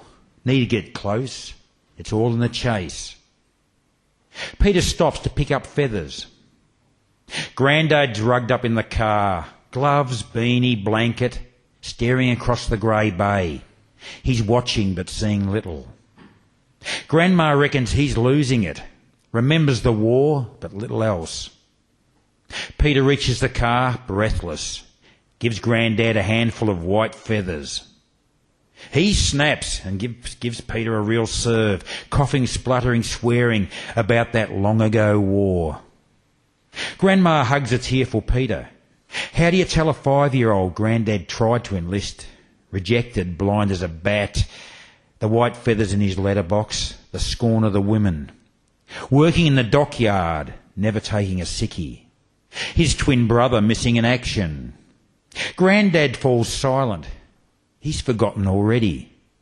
Peter stops crying, but he remembers. Thank you. We'll do another 2-voice one, and it needs no introduction. It's called Eyeshadow. 1, 2, 3. She enters silently through the back door, sunglasses on, a black eye. He got drunk. He got angry, throwing punches. Kids screamed. She cried. Kids screamed. Wanted to leave. But never does. She's a victim. Silly. Scared. Kids frightened. Kids withdrawn. She wants them to have a dad. He promised to change. No anger, drink. No drink. No anger. It only lasts till next time. When he speaks with his fists once again. She's a victim. Silly. Sacred. Scared. Silly. Kids frightened. Kids withdrawn. He's a dad. They could do without. Thank you. Sport on Charles Perkins. Surely on the evening of your birth, a warm wind stirred and sighed, and streaks of cloud coursed across the moon that curled between the red ochre of limitless landscape and the glimmering turret patches of distant silvery city. Or perhaps your coming to life just slid past in the chant of a night too ready to enfold. And as you grew, precociously strong and masterful, the ripples feathered out on the creek of kingfishers in a legend you'd heard, while heads were turned in admiration, whispers and thudding words. How easy to have lulled into stillness, settling for a civilised modicum of peace, a small foothold on a savage crag at full noon, but never you. You were the first, resting a spot in the pantheon from the roots of the desert earth you trod, and applauded by deafening cicadas in their season. And all the time a sickly dawn was rising, a heavy shadow tracked your every step of glory, unbudging in its dimness, till the head that turned was your own, to the welling waters from the ancient heart you recognised as belonging, the remnants of a dream that shimmered and spoke that yours was the labour to fan it to the world, to release the rainbow serpent from its bewilderment, to scatter the ashes for a spark in the gloom, to gather for others, to share the buffeting storm. No longer in the circle, no longer young, you range the awkward scrub, clanking your cup as you trudge loose sand, the thunderer in the beckoning wilderness, straining to catch once more the fading dance of brolgas as Elcheringa's soul shrugged into melancholy, till the evening winds gusted again and the thunder broke to dreams, and rolled beyond to eastern skies over baked ground as old as the planet, over churches filled with secret memories, over iron-roofed towns and sleek waking cities, over lasting stones that stood through the nightmare and ring your moment's edge at twilight.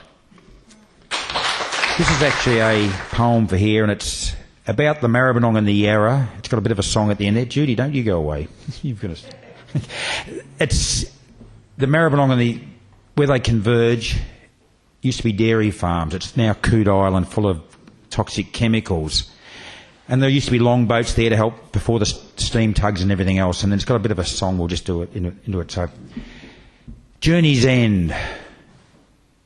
The Maribyrnong and the Yarra converged to become one, immersed in each other, their muddy waters pluming far into Hobson's Bay.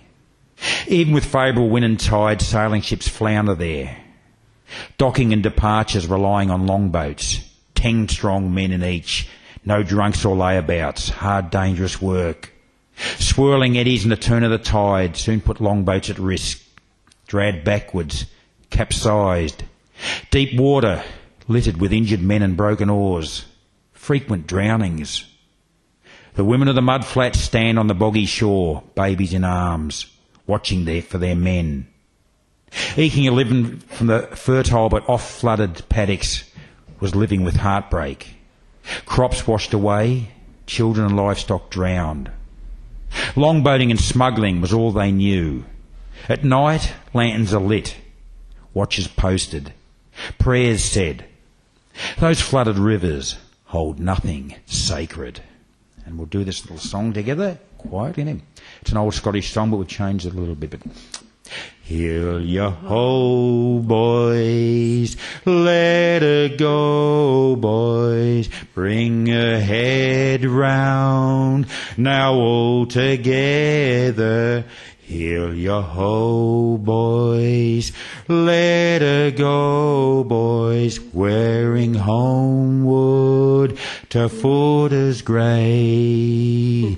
What care we though white the milch is, what care we for wind or weather, bring her head round, every inch is wearing homeward to Footer's grey.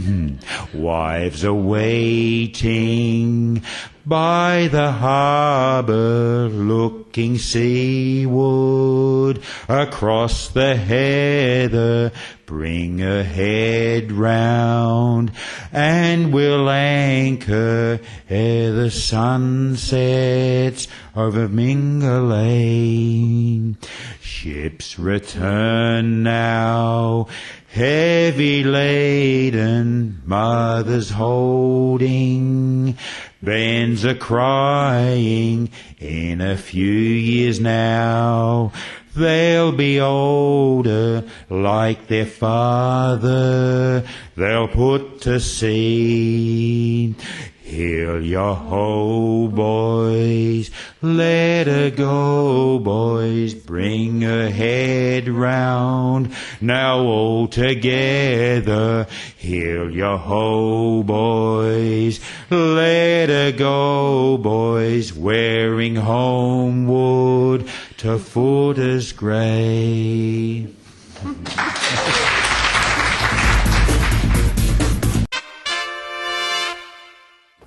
20 years ago, people started shaving their heads to beat blood cancer. Today, I'm showing you how much has been sacrificed for the Leukemia Foundation's world's greatest shave. Don't act like you're not impressed. You keep shaving, Australia.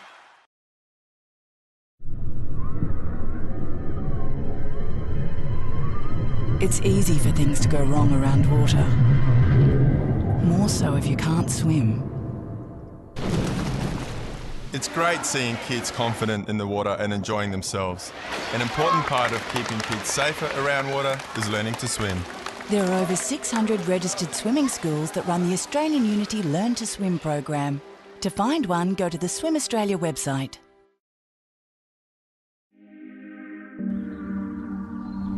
No one knows what to say.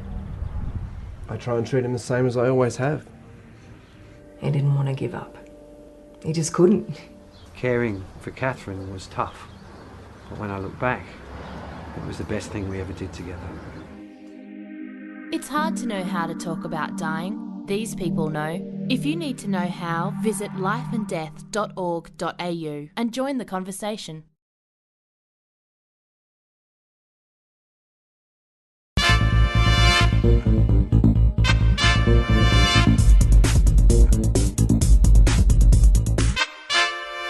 This one's for Leslie and Kim and Joan, who's not here.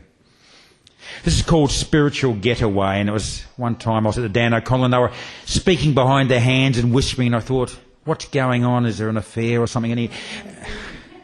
And there was an affair with the spirits, and this is Lucy, what transpired.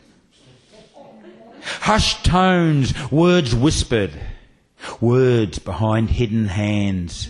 Invitation only, secret weekend away, women only, men, male exclusion zone. No exceptions, no pass-outs. Preference given to proven psychics. Clairvoyance will be viewed favourably. ESP a distinct advantage. Witches most welcome. A safe, supportive space will be created where all angels can touch the goddess within. Demons from the past to be named and driven out. You can map your mandala, have your dreams analysed, palms read, tea leaves unravelled, contact loved ones on the other side, auras photographed digitally in living colour, touchstones of all sizes, message sticks of all lengths, tarot readers to suit all, large display of crystals and runes, all for purchase. Circle dancers to suit all fitness levels. Astrologers will be in attendance to help avoid planetary chaos on your astral travels. Cash in all major cards accepted. Thanks very much. Put out the light. It's being in reference to Shakespeare's married couple, Othello and Desdemona. Tally, did you put out the light when I said, put out the light? No, Desi, I thought when you said, put out the light, that you would then put out the light. Why, Tally, would I tell you to put out the light and then put out the light?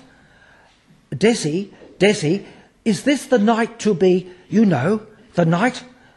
What do you mean, Tally, when you say, is this night, Desi, to be, you know, the night? You know, Desi, what I mean when I say, Desi, is this night to be, you know, the night? If you put out the light, Tally, this could be, you know, the night. I will go down now, Desi, and put out the light. Make sure, Tally, you put out the cat when you put out the light. Yes, Desi, I will put out the cat when I put out the light. Tally, what was that noise? Have you put out the cat and put out the light? Yes, Desi, but when I put out the light, and when I stood on the cat, after I put out the light, I then stood on the broom, after I stood on the cat, after I put out the light. So, Desi, the broom has now, you know, put out my light. So not tonight now, Desi. Sorry. Good night. What's your dad do? I don't know. What car's he got? I don't know. How tall is he? I don't know. Where's he live?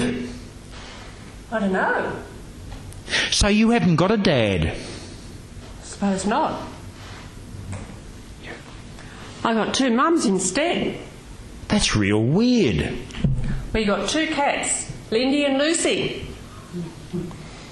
2 dogs. We got 2 dogs, Rose and Rebecca. Brenda and Bonnie are my budgies. Lizzie is my blue-tongued lizard. Hetty and Harriet are our chooks. Hitler the rooster lost his head. How comes? Jenny done it with the axe. Just one go, chop. Julie, my other mum, looked away and cried. She didn't eat for 2 days. It was grouse. Hitler did 2 laps of the veggie patch with no head. Hey, that's real cool. But Maxine the Mazda, and that's Dolly the Datsun. Belinda is my bike. But it's a girl's bike. I'm getting a boy's bike when I'm bigger. That's Goldie and Goldie. Goldfish are just so dumb. How come everything's got a girl's name? The rubbish bin's called Bruce. He's Jenny's ex-husband. The recycle bin's called Nigel. He's Julie's ex-husband. Where do they live now? I don't know. Is one of them your dad? I don't know. What happens on Father's Day? I don't know. I give both my mum flowers. What for? I don't know. Now, the next one is when a friend said, I told you so.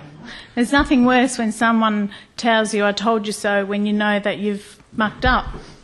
So this is called the bed I sleep in, but it's not sexual, so just relax.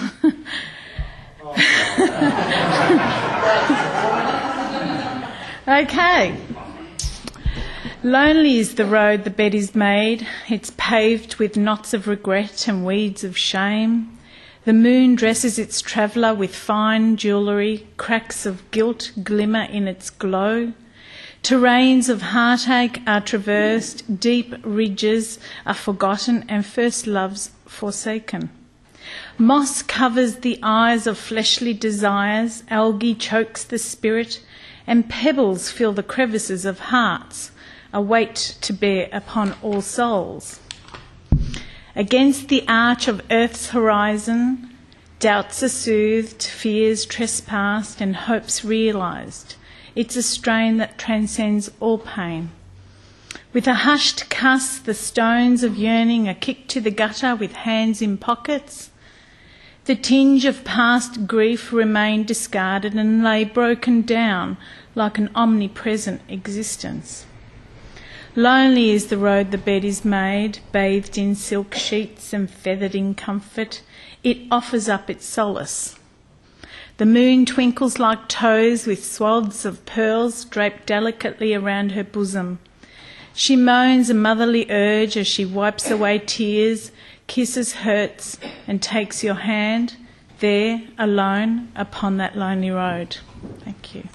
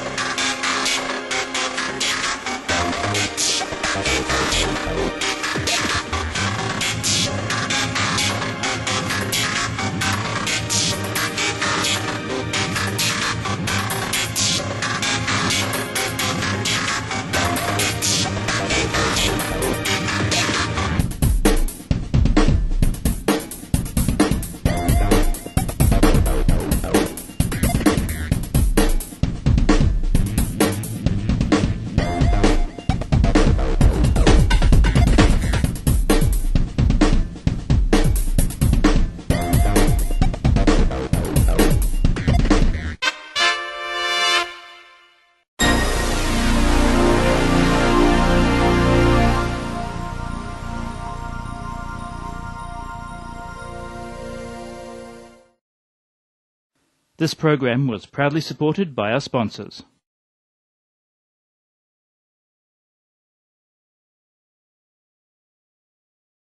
Okay, Sarah, I'm going to order some pathology tests to see how everything's going. Half the Australian population had a pathology test last year. That's you or someone you love. 100 tests are performed every minute, delivering vital medical information. From the moment you are born, your healthcare depends on pathology tests. 70% of medical decisions rely on information from pathology tests. Pathology is the engine room of healthcare.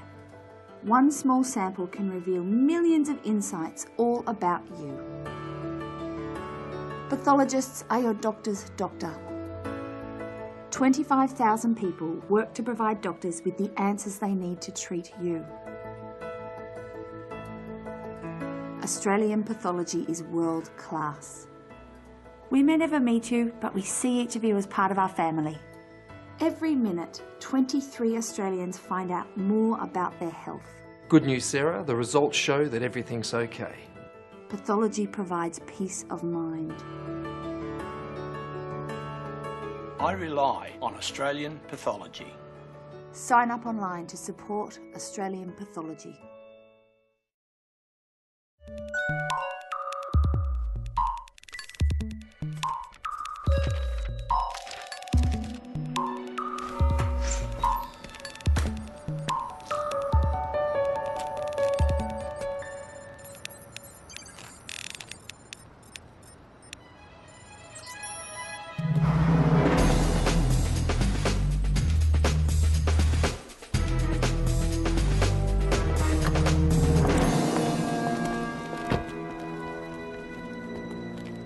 So, you think you're ready for this?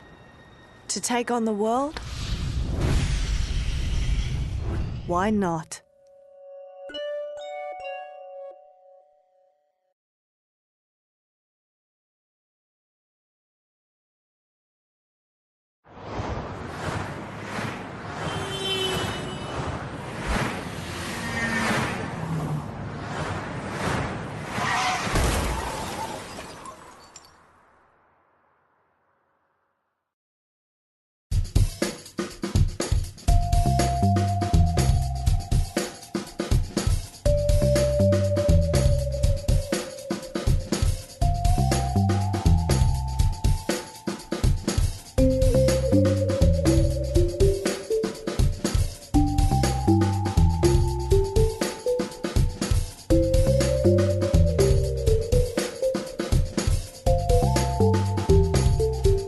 MELfeed.video.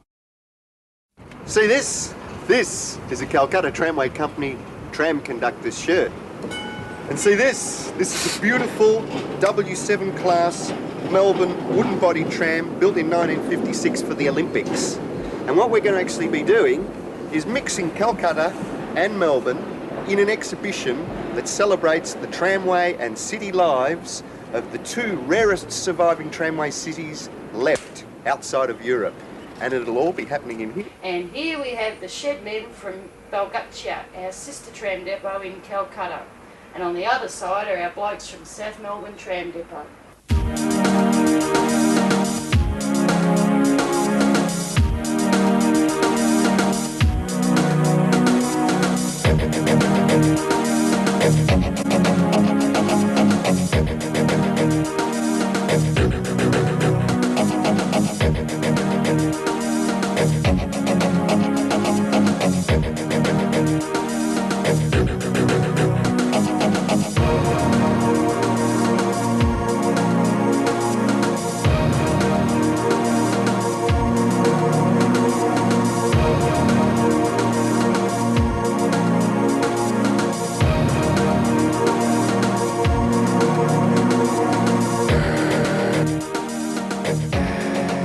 Roberto Nunzio D'Andreas has come as an invigorating shot in the arm for Calcutta's ailing trams.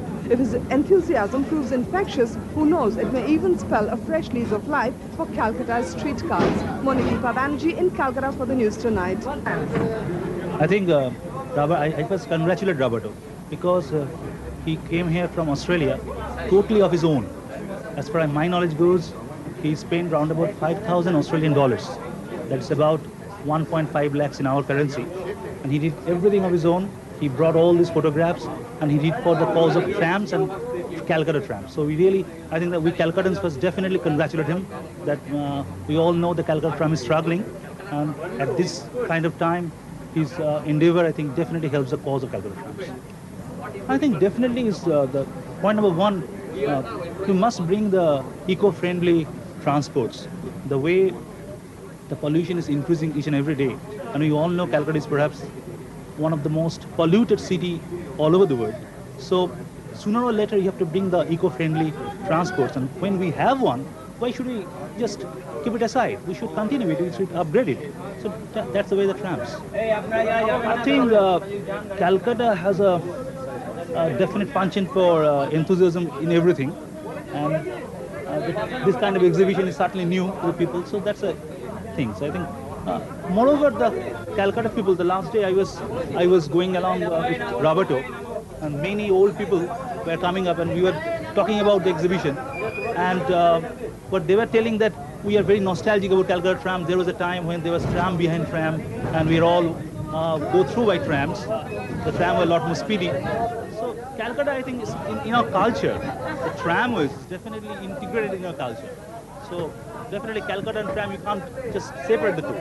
Why specifically? Why specifically in Calcutta? Calcutta because we are the last two remaining tramway systems outside of Europe. So we're two very rare surviving tramway systems. One, we would come also to celebrate the last two tram-conducted systems that are left really on planet Earth as well. The great European systems are machined. So we have Tramway Poetry inside the tram, written by a lovely good friend of mine, Malcolm Just, who's a tramway poet. And it's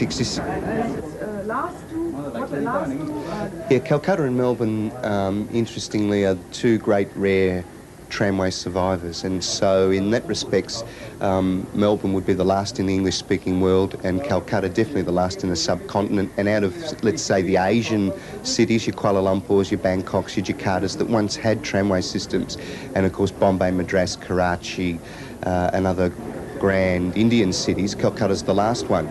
We have similar stock in that when we drive these older version trams, the wooden trams in Melbourne, we share something with Calcutta as well. We have old, British designed, in a sense, controller trams where we turn a wheel and ding ding, you've got sort of air brake system and a manual controller thing. We share that. We share that distinctly between ourselves.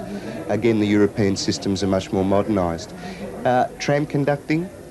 British colonial heritage, two cities that field the biggest cricketing stadiums anywhere in the world, and a tram-conducted system. And adventure. Basically, why not come over and, in a sense, be a bit like someone that would have sailed the seven seas a few hundred years ago to something that hadn't been discovered. And so I represent really the spirit of a very eccentric tram depot, the South Melbourne Tram Depot, and in that we have just felt to make this association and extend the hand of tramway friendship between Calcutta and Melbourne. Also, do you want me to continue straight on? Okay, also there's something else. The Calcutta Tramways is obviously struggling also, and there's a great catchment of knowledge in Melbourne because there's a tramway enthusiasm in the city. And with that enthusiasm, we've understood that Calcutta Tramways was under threat of closure. There are many reasons that we'd give support, one because of our rare surviving status, and then on environment, social, cultural and historic grounds, we thought we'd come over and give a hand in whichever way we could. So we're used to doing this sort of thing in our tramways. I suppose you would say, are cultural activists, a few of us, and I'm representing that spirit from the Melbourne Tramways as well. Why do you think trams need to stick? Well, environment reasons in the urban environment, for a starter, the main reason. And I think you've got a very beautiful city and very beautiful people here. There's an inquisitiveness and a style of living that's not from where I come from. But a highly polluted city. And I'm already starting to feel my lungs after about 10 days of living in Calcutta. So there's a lot of diesel in the air.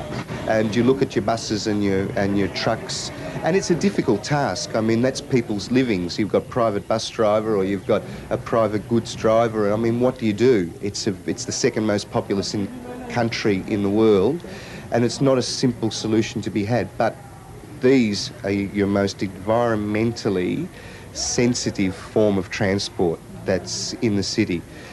So where you're already very high and above other cities when you compare on pollution levels, that's one main thing.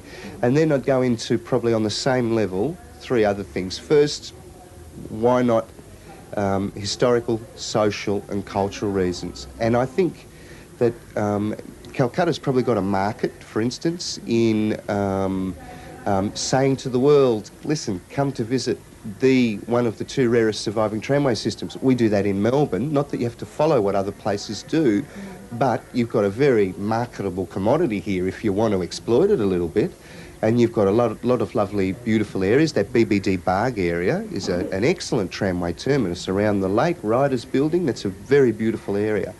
Esplanade's also another great tramway thing. We don't have that luxury in Melbourne. So on historic, cultural, and you'd mix social in with all of the last three areas, you could do a lot to, just either have people visiting and using and exploring the system, visit Calcutta and use the tramway to get around. Cultural, because you've been one of the only places that's done it, so you've got many stories, and it's in the psychic. Tagore and wrote poems with trams in there, and there was another famous fellow, I forget his name, he got killed by a tram on Rush Bahari Avenue. Who's that name? A famous poet. Anyone you blokes know? Which one? Yeah, Janta was telling me this story. And, you know, so it's very much, it seems that trams, because like Melbourne, you've come through that period where trams were taken out of many cities. You've survived the 50s and 60s. By the time we got to the mid-70s, it was accepted again that, oh, you know, trams are actually quite important. We may have made a mistake here. So culturally, the stories that must come through the Calcutta tramways, which we're interested in taking back to Melbourne, are rich. Yep. Did you also have the same problem back in Australia? People want to get rid of trams. Oh, absolutely. We are the only surviving tramway system in all the English-speaking world. The fourth largest left on planet Earth. This is Melbourne. And the only one in Australia. And in a sense, the negative media towards trams and that sentiment to try to rid cities of trams as the combustion engine became accessible and freeways were thought to be the model, etc., etc., Melbourne came under the same pressure. But Melbourne is a bit odd, like Calcutta, I think. So we come to celebrate and discover our oddness together. And we had some odd people in positions of power. And we also had a tramway-loving society that had the seed firmly implanted and very strong root. So my own personal love affair with trams. I would have been, as a young kid, an enjoyer of train travel. I wasn't born in the tram region of Melbourne. Travelled for 3 years in the mid-1980s and was working in Europe and a few places, and at one stage came into the United States and saw all this pomp and pageantry over the one line that's left in New Orleans that runs down the Charles Street Avenue. And I thought, gee, we've got plenty of this sort of thing in Melbourne. Beautiful old wooden tram, and there were people flocking.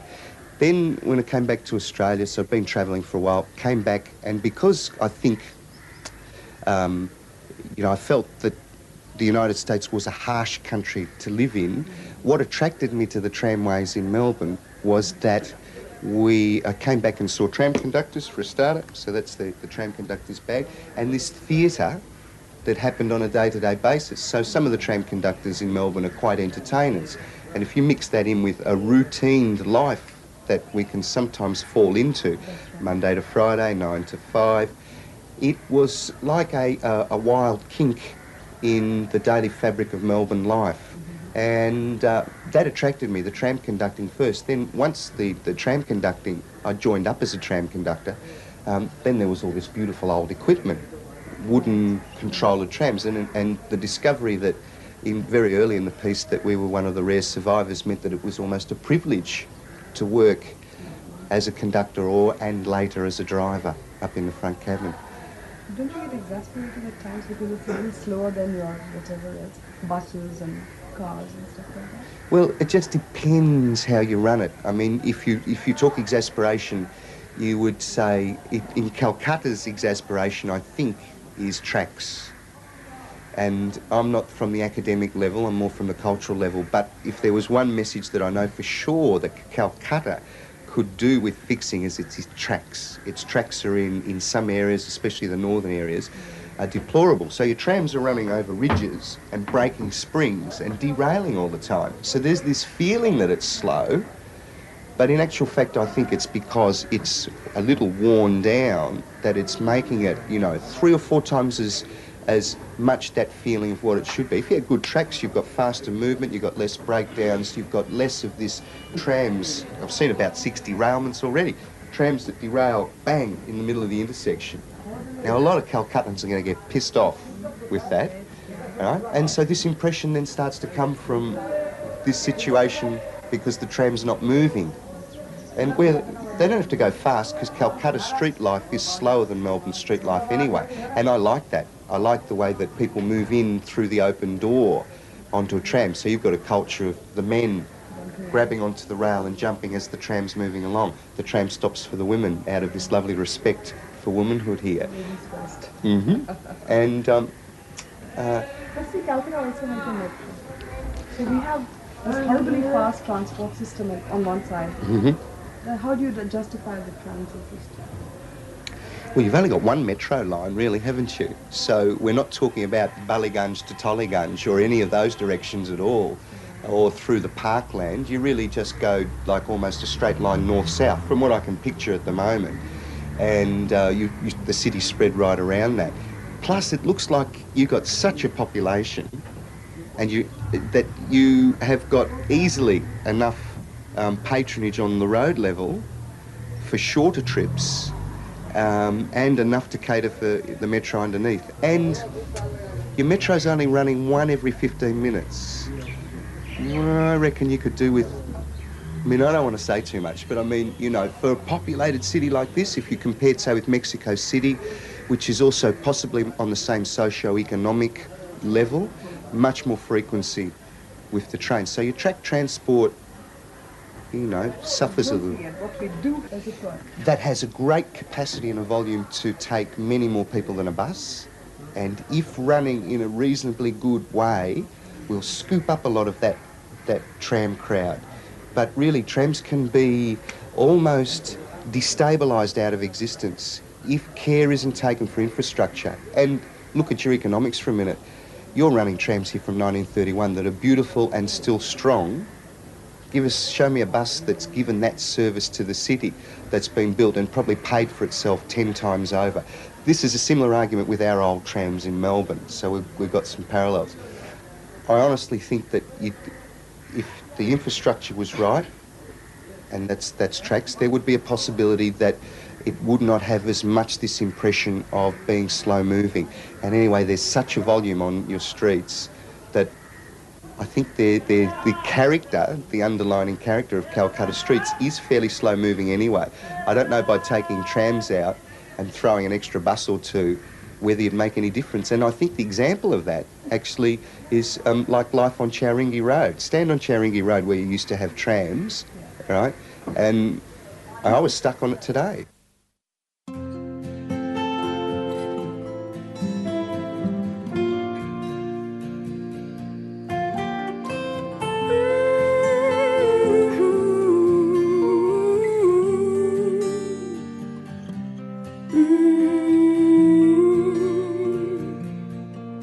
There's no sacrifice, no sacrifice, it's no sacrifice at all.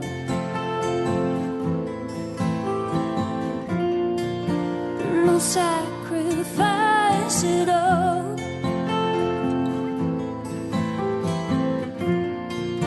No sacrifice at all.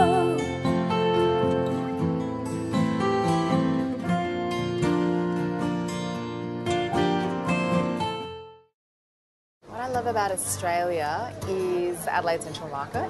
It's where I grew up, hanging out with Mum and Great Auntie Kim.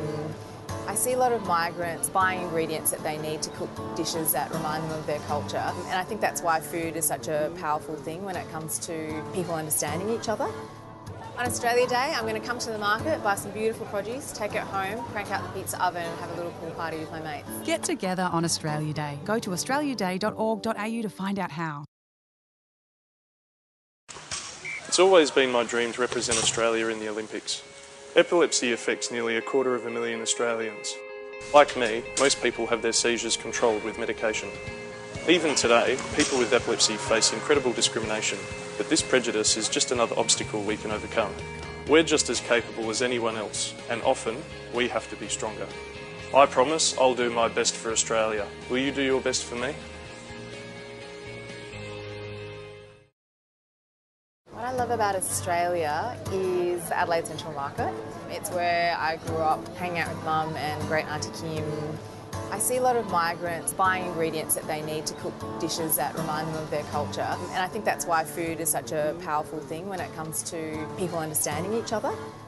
On Australia Day, I'm going to come to the market, buy some beautiful produce, take it home, crank out the pizza oven and have a little pool party with my mates. Get together on Australia Day. Go to australiaday.org.au to find out how.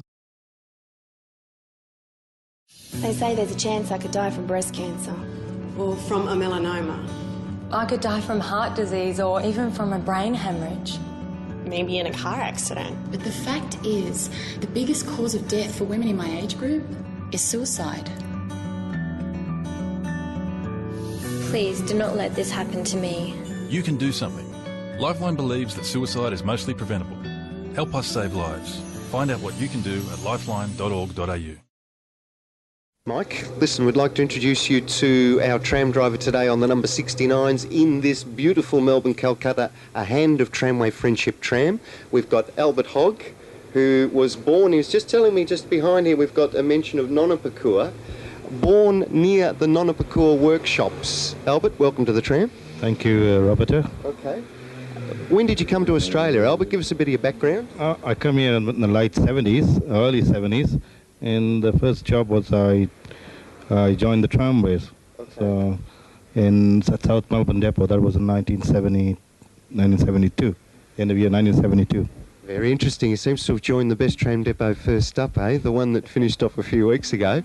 Albert, your memories of the Calcutta tramways as a kid, you got any sort of nice memories or nice stories? Oh, yeah, I think I do have one or two. You know, the trams over there were double first and second class, and they used to run out of the depot in Park Circus, where I used to live, where we used to live, our family used to live. And I used to catch the tram every morning at 9 o'clock, you know, and go to work. And we had the first class and second class. And I was always trying to jump in and out of the tram to cheat the conductors, you know. I saw the kids. Yes, yeah, I did. Yep. And the first class used to be the ladies' carriage. And the second class was for us, you know. And we would bob our head and hide from the ladies so they wouldn't see us. And we couldn't pay the fare. We would hide. Say, oh, you saw you in the second class. No, it wasn't me. We used to do that, yes. And also when we travel in the first class, if we saw any women or ladies coming, we always gave them seats. That was one of the... Hold on to that. You had more fun on the trams than you would have had on the local buses? Yes, I used to catch... The trams were a jovial way to move? Yes, the trams were. I used to catch the trams all the time. Buses hardly at all. They used to be double-story buses, double-decker buses, but I used to catch the trams all the time. And they were a fantastic way of going on. You could meet a lot of people on the trams. Your friends also travel on the tram. We used to go to the movies and the pictures and everywhere on the tram. The trams was one of the things. Give me a bit of a background. Historically, the workers on the trams have been Biharians and people from different places. And why are those sort of meshed wire shields on the front there? Is that some of the problems Calcutta was having in the 1960s and things? Yes, you know, as you know, Calcutta in those days, riots took place, religious riots took place, and they used to protect themselves with their shields over there. Okay. And as you know, even if you notice, over here, when you come around the tram, there used to be a signalman. He used to pull. You might have seen it on the poles there. He pulls to change the points. Yeah, he used to pull to change the points. I remember that. Albert, what year were you born in Calcutta? I was born on January the 5th, 1946. What suburb? What tram line? That was on the Park Circus, Wellesley Street. That's the area that did that. You know, close the Park Circus tram line.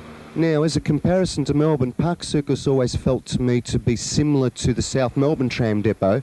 It was a sort of a central city, not too far out of the central part of Calcutta, positioned fairly closely to the big tram building workshops at Nonapakua. As kids, did you ever visit Nonapakua workshops or jump over into that cemetery out the back? I used to jump up the cemetery. We used to chase kites. We used to play games.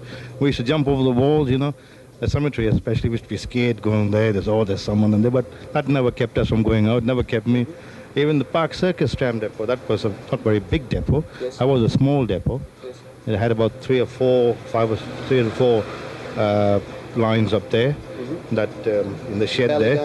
Ballygunge was further down, the other side. But Park Circus was a very big depot, and that's where most of the Anglo-Indian community along that area lived there, the Anglo-Indian community. Yeah, I've met many of the Anglo-Indian community here from Calcutta, seem to have come from that sort of Park Circus area. 1 or 2 from Kirapur and a sprinkling from... But Park Circus always seems to get mentioned. Park Circus, Ripon Street, Elliott Road, that's where all the trams used to go. They're not along Elliott Road, along Wellesley Street. Well, that was the Anglo-Indian Central. That was the capital. I felt there was a sense of architecture that we had some similarities with. Cricketing past and a tramway history. What do you think? Yes, that's the thing. A lot of historical buildings there, monuments that have been left by the British.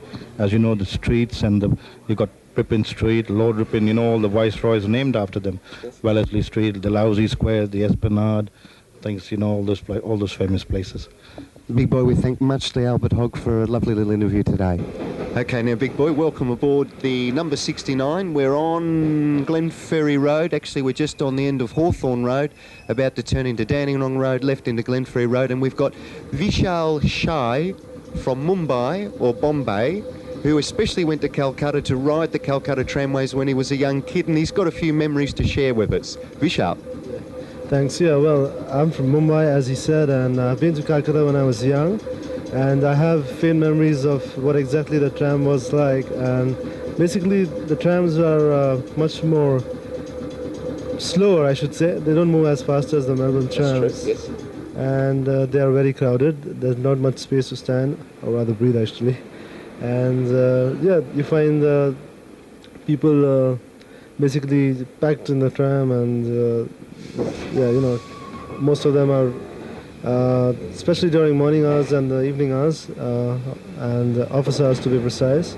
And yeah, the frequency is also, I think, a little bit more actually. How long in Australia? When did you come? I'm here since a year now, and I'm an overseas student basically. So I'm doing my master's at the moment at Swinburne Uni, Hawthorne. Masters in? International business.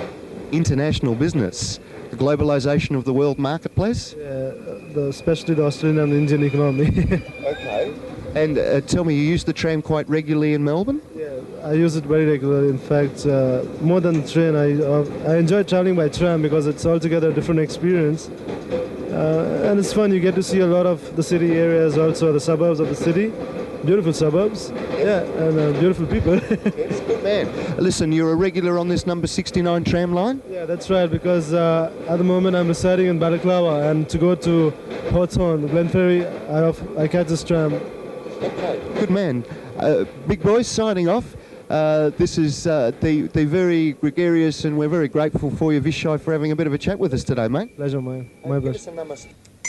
Ding ding. Next stop. Calcutta, Melbourne.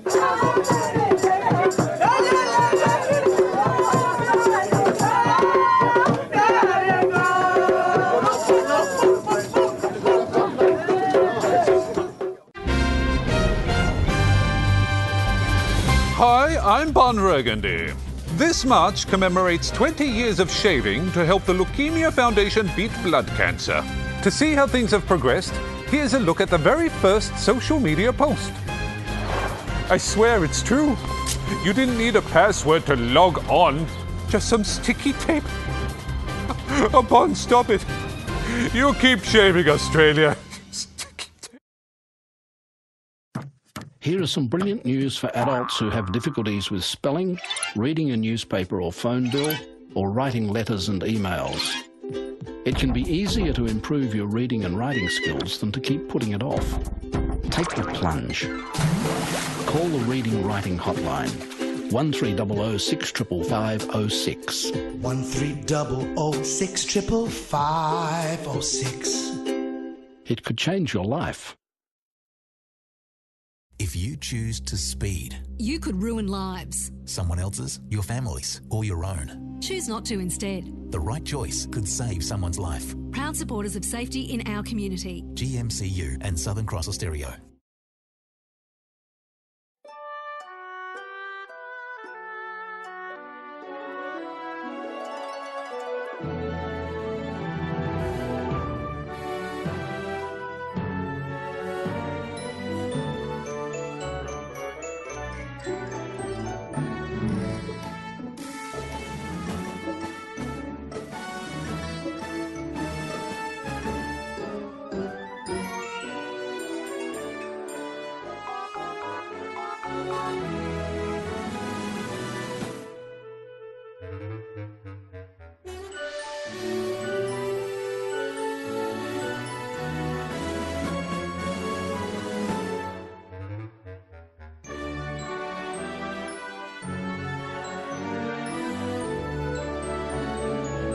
RSPCA, for all creatures great and small.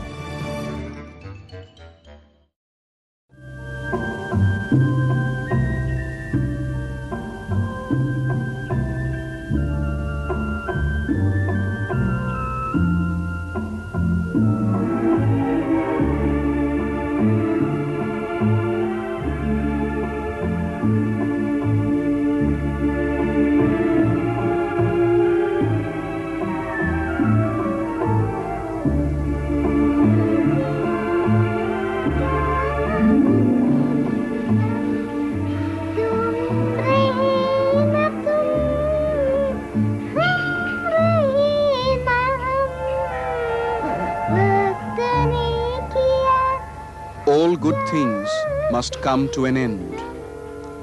For time always has the last laugh, and nothing remains as it was. Nothing.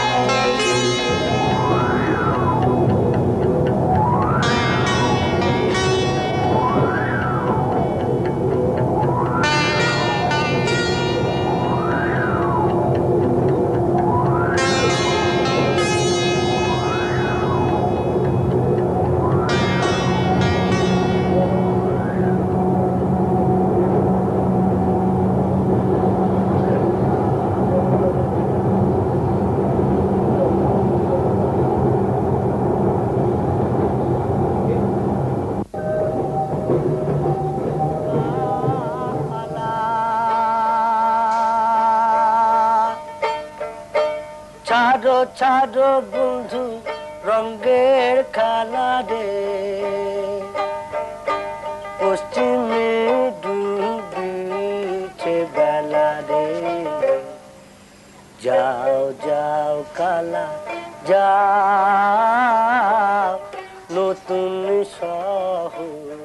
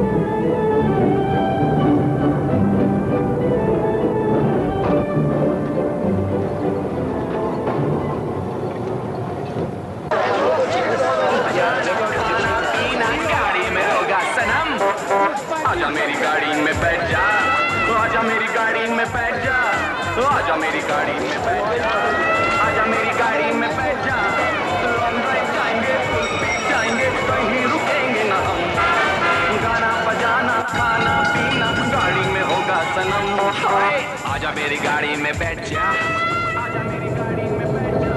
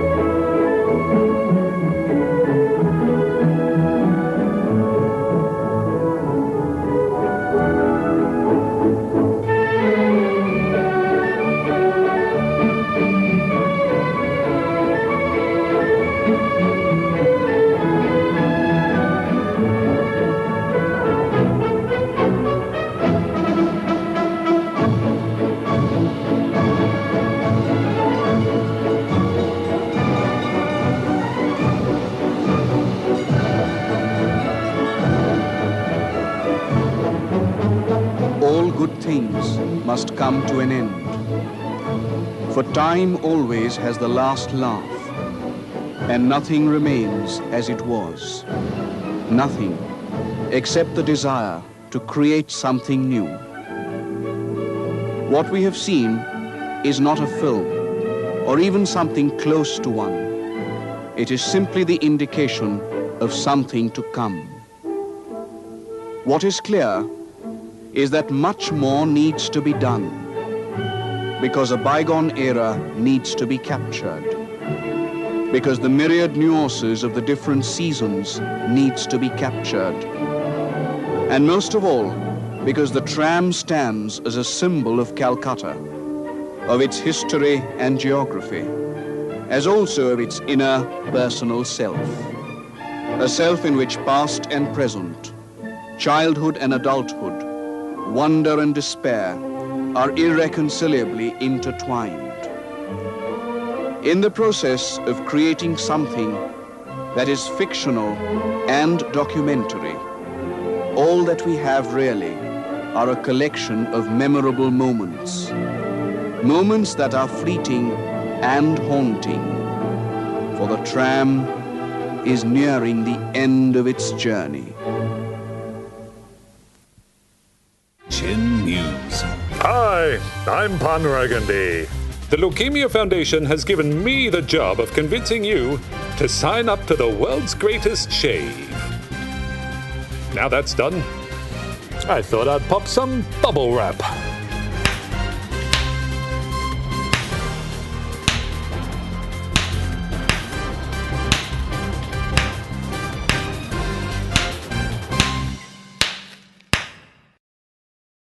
I was diagnosed with Parkinson's at 27.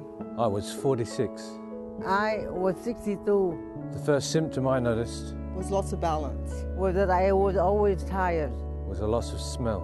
The most difficult thing for me is not to be able to travel in my retirement. The most difficult thing for me was giving up a career that I loved. The hardest thing for my mum was being pregnant with me.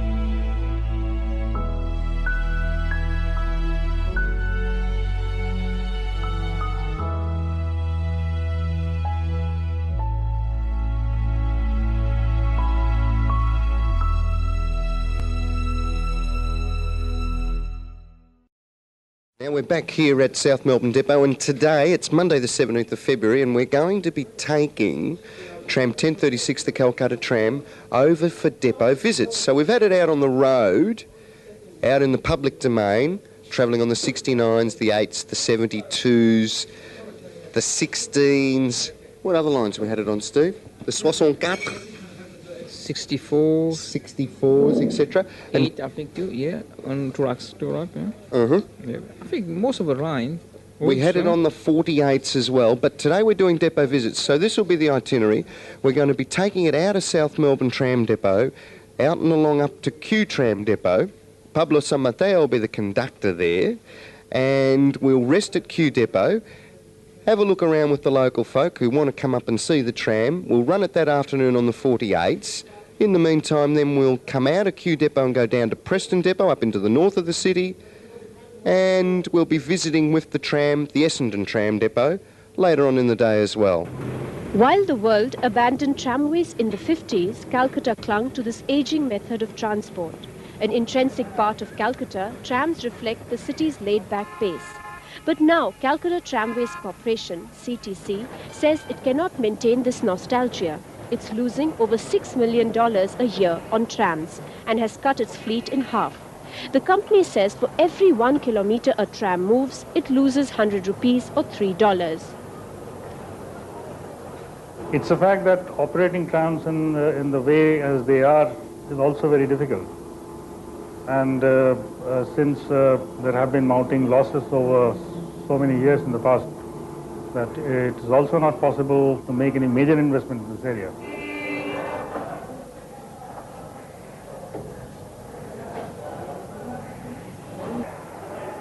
It's a downhill journey for the company, set up a century ago by the British. A network meant for 500 tram cars now has just 100 cars, some 70 years old. Maintenance costs are high and fares abysmally low, under 4 cents. But Calcutta's communist government does not want to raise the costs for mostly lower-cost riders, so they have cut the number of cars. In fact, it's a compulsion. We do not want to abolish the tram completely in Calcutta, but we like to reduce it because the losses incurred by the tram, that we are not in a position to bear it anymore.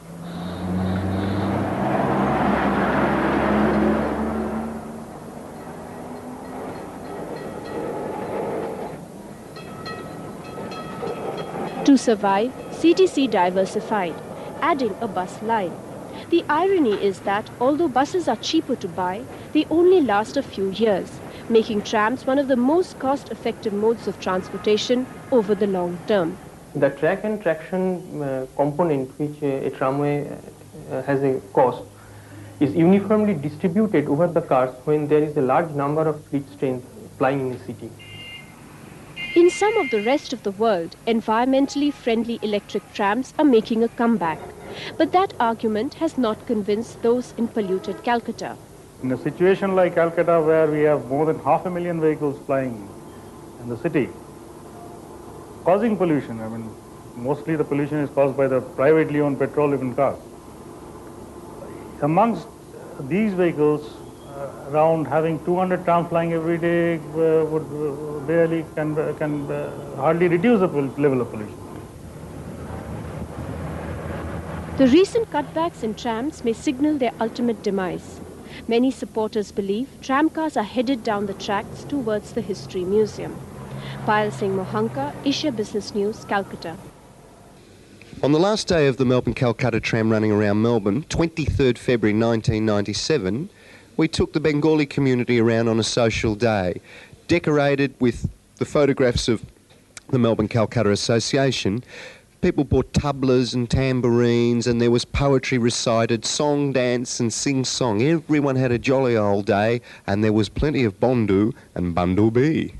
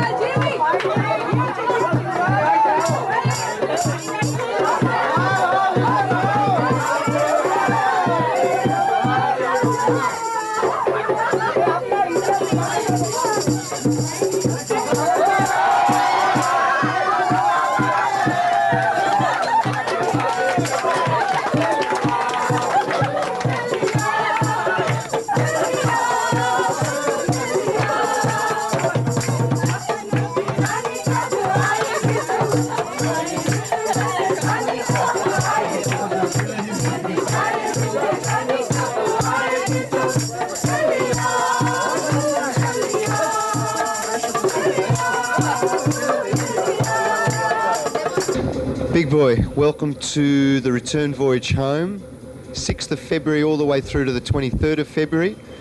We've got a couple of survivors here that didn't get off at the Tandoori Den. I'll just introduce to the Channel 31 viewers too. I am Avtar Singh. Avtar Singh? Yeah. You know, Ajay Rai. Ajay Rai? Yep. Hey, crew! Oh! You're the last of the people. Big boy, great voyage, beautiful trip. Picked everyone up today at the corner of Camberwell Road and the Camberwell Junction in front of the Tandoori Den. We've had tabla, we've had singing, we've had Bengali balos and dundabads and bondus and bundlebees. We're in the last trip, I imagine at the moment, unless it changes tomorrow, of the Calcutta tram on the tracks in Melbourne town. It's been a beautiful period of time. 6th of February, opened by Ministry, pomp and pageantry. It's been running through the streets of Melbourne for the last 2.5 weeks. Lovely stuff. And we're going to end it, and we've ended it really with the Bengali community this evening in a big way. Any boys, any commentary? Oh, it was a nice trip and I just enjoyed it. It was nice. Me too, enjoy it. Yes, this was a very good trip. This is for my lifetime experience. I enjoyed it. Okay, how long have you been in Australia? I am just 10 days. Only 10 days. Oh mate, fresh from the Punjab. Yeah, I am from Punjab, from Chandigarh. You've been to Calcutta? Yeah. You've ridden a Calcutta tram? Yeah. Beautiful. Belgacha, Kirapur, Park Circus, Tollygunge? Yeah, I moved in the trams over the Victoria Memorial. Through the gardens? Through the gardens, yeah. Lovely stuff. Lovely stuff. That is beautiful. How long were you in Calcutta? I was there in about 40 days. 40 days I have been in Calcutta. I visited that. What year? In 1994. Okay. Yeah, I was in Calcutta. My uncle is in Calcutta. Your uncle's in Calcutta? Yeah.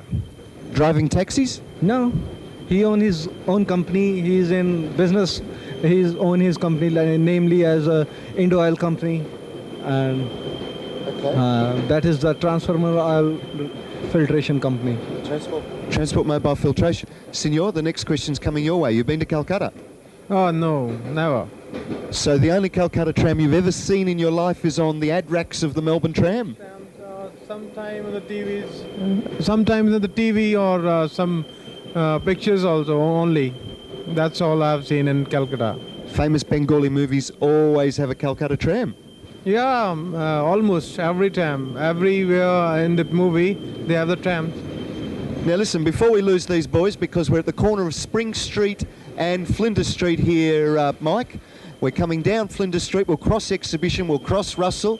I know we'll be losing these boys at the corner of Swanston.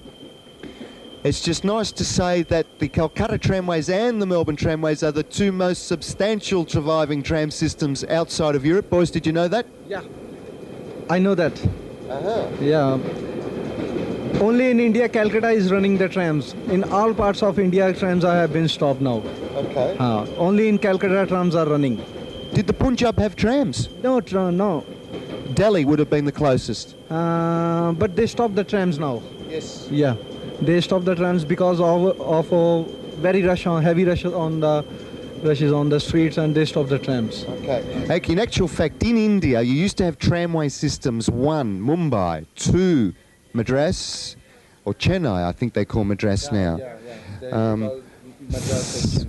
Madras is Chennai. And now Bombay is the Mumbai. And Bombay is Mumbai. So Mumbai, Chennai, Madras, Bombay, Delhi, and there was one other place. It was Kanpur Lucknow. We're closing through. We're signing off from beautiful tram 1036. A lovely festive. Michael Costello and Channel 31, thank you for coming. Boys? Okay, that was nice, and see you guys. Good night. Good night. Good night. Bye-bye. Good night. When roaming eastern India in 1931, no one would employ us with our bag of Connie's fun. Came down to Calcutta, through all the northern towns. We was on our way through Chitpur, destination Kalighat town. Well, me boots was getting ragged and me pants was getting thin. And when we pulled into Shambazar, we heard a goods tram shunting in. We heard the gong a-gonging, and looking out could see she was heading on bar the Hooghly, the number 1 or number 3. We do wish we were about 20 stone, not only 7 foot tall. We'd stir up Inspector Raja when back in West Bengal. Well, as we stood and watched, her inspiration seed was sown. We remember the Jyoti Basu government slogan, here's the tramways that you own. The sun was setting slowly, the night was drawing nigh, so we gathered our belongings and we took her on the fly. We do wish we were about 20 stone, not only 7 foot tall. We'd stir up Inspector Raja when back in West Bengal. Well, as we boarded our goods tram and kept our heads down low, we heard a voice say, "Any room, mate?" We answered, "Plenty, Bo. Come out of there, my fine young blokes." Was the voice of Inspector Ralph. "I've caught you very nicely. You've ridden for a fall." The judge was very kind to me. He gave me 10 rupees. He said, "Maybe this will help to cure your fare evading ways. So if you're down Calcutta town, I'll tell you what I think. Don't always use your motor car, 'cause they rev and toot and stink." We do wish we were about 20 stone, not only 7 foot tall. We'd stir up Inspector Raja when back in West Bengal.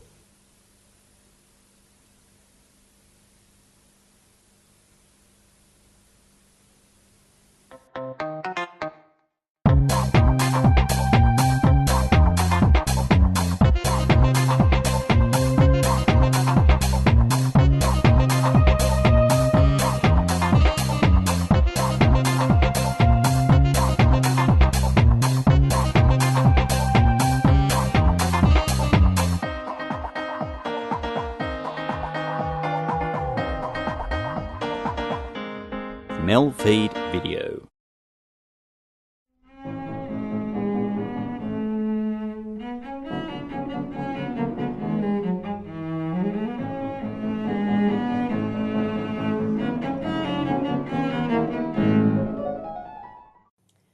Welcome to the CEC Report for the 9th of March 2018. I'm Elisa Barwick and joining me today is CEC leader Craig Isherwood. Welcome, Craig. Yeah, thanks, Elisa. And on today's show, be warned, a canary in the mortgage bubble mine has just dropped dead.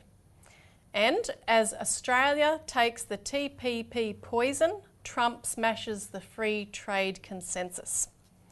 Now, first today, though, in breaking news, we've just heard the reports coming out of meetings in Washington where the South Koreans had a delegation meeting with US representatives, and apparently from those talks, North Korea has agreed to cease their nuclear testing. Kim Jong-un, the leader of North Korea, has invited Trump to meet with him, and apparently Trump has agreed. So this is actually very good news on a subject that we've been reporting on regularly, so we wanted to quickly mention that. However, we'll get straight into the gory details of today's show, Craig. Be warned, a canary in the mortgage bubble mine has just dropped dead. It is gory, isn't it? So now what we're referring to is a company by the name of Deposit Power that has just collapsed here in Australia. Now it's a property finance company which essentially provides bridging finance for people to put up a deposit on a housing loan with a guarantee certificate or a bond.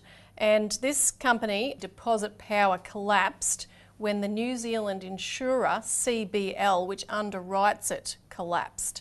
So there's already been a domino-style phenomenon here. Now 10,000 investors and nearly $300 million worth of housing deposits are at risk here. And if you consider that those 10,000 investors are buying perhaps houses at a value of around $1 million, which is the median cost in a lot of suburbs in Melbourne and Sydney, that could be $10 billion of property sales that could be collapsing as a result. So this could have a major impact on the housing bubble. And the company itself also has links to most major property brokers and major banks. So obviously there's going to be a flow-through effect. And in addition to this particular canary, there has been a few. For example, you've had McGraw that suffered big losses, and also Domain.com that had a major stock plunge recently. So, Craig, this is obviously going to have a shakeout. I'm going to talk a bit more about how the Royal Commission is going to take up this subject in general. But these kinds of loans are really not legitimate in terms of a deposit. If you've got to put up a deposit for a house, you shouldn't be going to a third party to borrow that deposit, should you? This is the problem, Elisa, in that, first of all, the economy isn't being able to support people to save enough to be able to get the deposit in the first place. Secondly, the mortgage market is so overpriced because of the speculation in it caused by the government through APRA and others creating the mortgage bubble in the first place, so ordinary folk can't get a reasonably priced house, therefore the deposit is so high, they're going to extreme measures in order to be able to get a deposit. But look, the entire economy is based on speculation, so people are being forced to get into really speculative modes, which is what this represents. So the entire structure, the entire system, as we've said many times in this program, is based on pure speculation. And that's why we've come back time and time again to say we have to have what's called Glass-Steagall banking separation. We have to go back to a highly regulated banking system where you put a Glass-Steagall re-regulation of the banking system. You separate out the commercial banking system from the retail, speculative merchant banking system, take out the speculation from the system, go back to boring banking. And the banks, the big banks in this country, are going to scream about this because they believe that they have every right to have access to people's deposits. This is a different mindset. It's a political fight because for the last 40 years, we've had a policy of basically hands off any sort of deregulation anywhere. And that means that in terms of the banks have had a free rein to do whatever they like. Financial services have had a free rein. You've seen the corruption come in. Now there's a Royal Commission being called because of this, the corruption that's come in.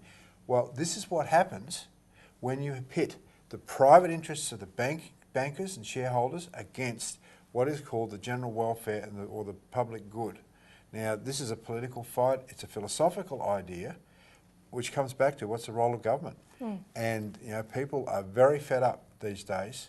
We get it all the time because we have people in the field talking to people all the time. They are fed up to the back teeth of politicians, our representatives, not representing their actual interests, but instead being seen to represent the big banks. And I think the passing of the last APRA bill, which has allowed the bail-in legislation to come in by default because they did not exclude deposits from being bailed in, is an absolute proof. And it was only done by, 7 or 9 senators in the actual Senate that voted this, basically waved this bill through. People are seeing this, they're angry about it, and they should be angry because the problem is, you know, we've seen a complete move away from the interests of the general welfare of the population being governed to the interests of speculators and the banks, which is the banks. And this is, you know, even regardless of who intends what within the Royal Commission, what the government intended, what the Commissioner himself intends, etc., there's no helping this all coming out. The reality is going to emerge out of this process. And interestingly enough, Kenneth Hayne has announced that one of the first major topics, and this will be at the hearings held in Melbourne next week, this will come up, is going to look at some of the big banking issues, including mortgage fraud, but also things that intersect the debate about vertical integration, where banks, you know, house insurance companies and so forth. So they'll look at issues relating to home loans, car finance, credit cards, insurance add-ons and so forth, but also systemic things like the fraudulent broker arrangements, failure of automated systems, unsuitable pre-approved credit cards or overdrafts, account administration errors and fraudulent loan applications. So this is going to bring a whole host of issues to the fore. One of the things, of course, is liar loans. This has been a big topic of discussion even in the media, and we'll put up a graph here to show the percentage of borrowers whose applications are considered not completely factual and accurate, which is up to 45% as of last year with some banks. Now, one of the other big issues though, Craig, is the fact that, as we've discussed many times in discussing this APRA legislation, the crisis management powers that have just passed, is the role of the regulators.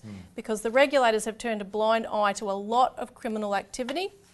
They've made rulings that have encouraged that criminal activity, and it really is what has to be looked at. Now, the head of APRA, Wayne Byers, knows this is coming, and I want to show a quick clip, and this is from the same Senate estimates hearing on the 1st of March, which we showed a clip from last week where Pauline Hanson was grilling him over whether deposits are guaranteed and whether deposits can be bailed in. So we'll show this clip where he's being asked by Senator Lee Rhiannon about the fault of the regulators in these bank crimes. What does it say about the job you are doing with mortgage fraud that the Royal Commission has prioritised this as the first issue that they are looking at? Well, look, I mean, we have said, I've said before this committee about 3 years ago that we were unhappy with mortgage lending standards. We thought they had got to very low levels and in some cases lacked common sense. So I can understand why the Royal Commission would think this is an area they want to look at. It's also the largest asset class on the balance sheet of the banking system, so if you're going to look for something that's important to the stability of the system and where most consumers are interacting with the banking system, it's an obvious place to start. Is it also because you've been too slow to act on this? Is that a factor? Oh, look, we've devoted a lot of resources to this over the last little while. I think you can always say, with the benefit of hindsight, that when regulators have to intervene in the way we've intervened, that with the benefit of hindsight you wish you'd done something sooner. That doesn't mean what you did at the time you made any particular decisions was, or didn't act, was necessarily the wrong decision. So of course you wish you had got on to issues earlier. That's always a regulator's dilemma. So you do think you should have got onto it earlier? No, I've said before, I wish we had, but you make decisions on the information you have at the time. The more we've looked at this, the more we've dug into it, the more we've identified the need for improvements in the industry. So do you think that banks are the target of the Royal Commission, or is it your lax regulation like these failures? No, that's a question for the government. But you could comment on it. Well, there's a terms of reference, there's an item within the terms of reference that invites the Royal Commission to comment on the effectiveness of regulators, so I'm sure they'll do that. So, he knows this is coming up and he's obviously nervous about it, but I'll say one thing about it. While the terms of reference of this Royal Commission say that they can investigate, quote, the effectiveness and ability of regulators to identify and address misconduct by those entities, it also states that the Royal Commission may not make recommendations in relation to macro-prudential policy, regulation or oversight. In other words, Hayne can't come out as a result of this commission recommending changing the structure of our regulatory system. That's pretty much out of bounds in terms of the remit of this commission. So that means they won't be coming out with Glass-Steagall, but that doesn't mean that it won't be an obvious conclusion for everyone else in the country to draw that really this begs for Glass-Steagall. Elisa, as part of this, what we are doing as an organisation is we're writing legislation for Glass-Steagall here in Australia, because what's become very apparent is that we need it desperately. We're writing that legislation and we'll put on the table very shortly, within the next week or two, legislation that shows how you can actually, or what's necessary for the Australian system for Glass-Steagall separation of the banks. That means that we're calling for the big four banks and Macquarie Bank to literally separate, it's not so much from Macquarie because it's not involved in retail banking so much, but literally the retail banks to separate out their retail or commercial operations from all their other operations. And when we talk about vertical integration, we're talking about what you said before, the insurance companies, the brokers, houses, the wholesale investment bankings away from their commercial banking operations. Now, those commercial or retail banking operations with their deposits would be protected fully under a Glass-Steagall system. Wayne Byers came out in that Senate hearings and he lied about the fact that this last lot of legislation that went through actually by default has given APRA, the regulator, the ability to bail in deposits, and it did it underhandedly by not excluding deposits from the legislative regime put into place for that last lot of legislation. He knew this was coming. Back in 2013, right, we pointed the finger that there was legislation in train coming to Australia to give the regulators the power to bail in, to take people's deposits. 2013, it was black and white, we caught him. Yep. Now he, in that committee, bragged about the fact that that legislation was in. Yeah. So he knew. Exactly. So and now there's a big cover-up going on. Yeah. They're all covering their steps big time because APRA has the power, by default, to bail in people's deposits. And I think, the Royal Commission can't touch this in the way that we would like it to happen. Yeah. So we'll put this legislation forward. It's going to create not real problems, but real issues for the legislators of our country. Are they going to support this legislation for Glass-Steagall? Or, consider this, we're heading for global financial crisis Mark II. Everyone's talking about it, right? Because the system has not been fixed.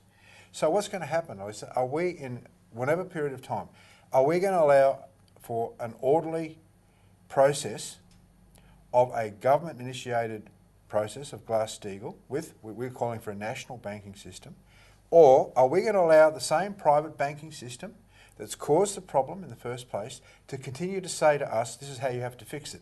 More austerity, more control by the private banks, or whatever.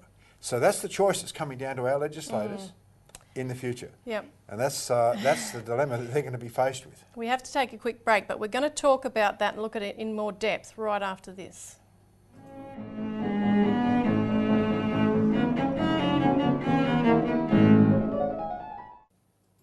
Welcome back to the CEC Report, where we're going to talk now about the financial crisis coming down, because that really is the impetus to bring in emergency powers for our regulators like APRA and so forth to be able to confiscate deposits and other things at the point of the crash. And as you had raised, Craig, the point of the crash, we really want to know in advance, is it going to be private banks who determine what is going to happen to people and their livelihood? Yep. Exactly, if we continue with more of the same.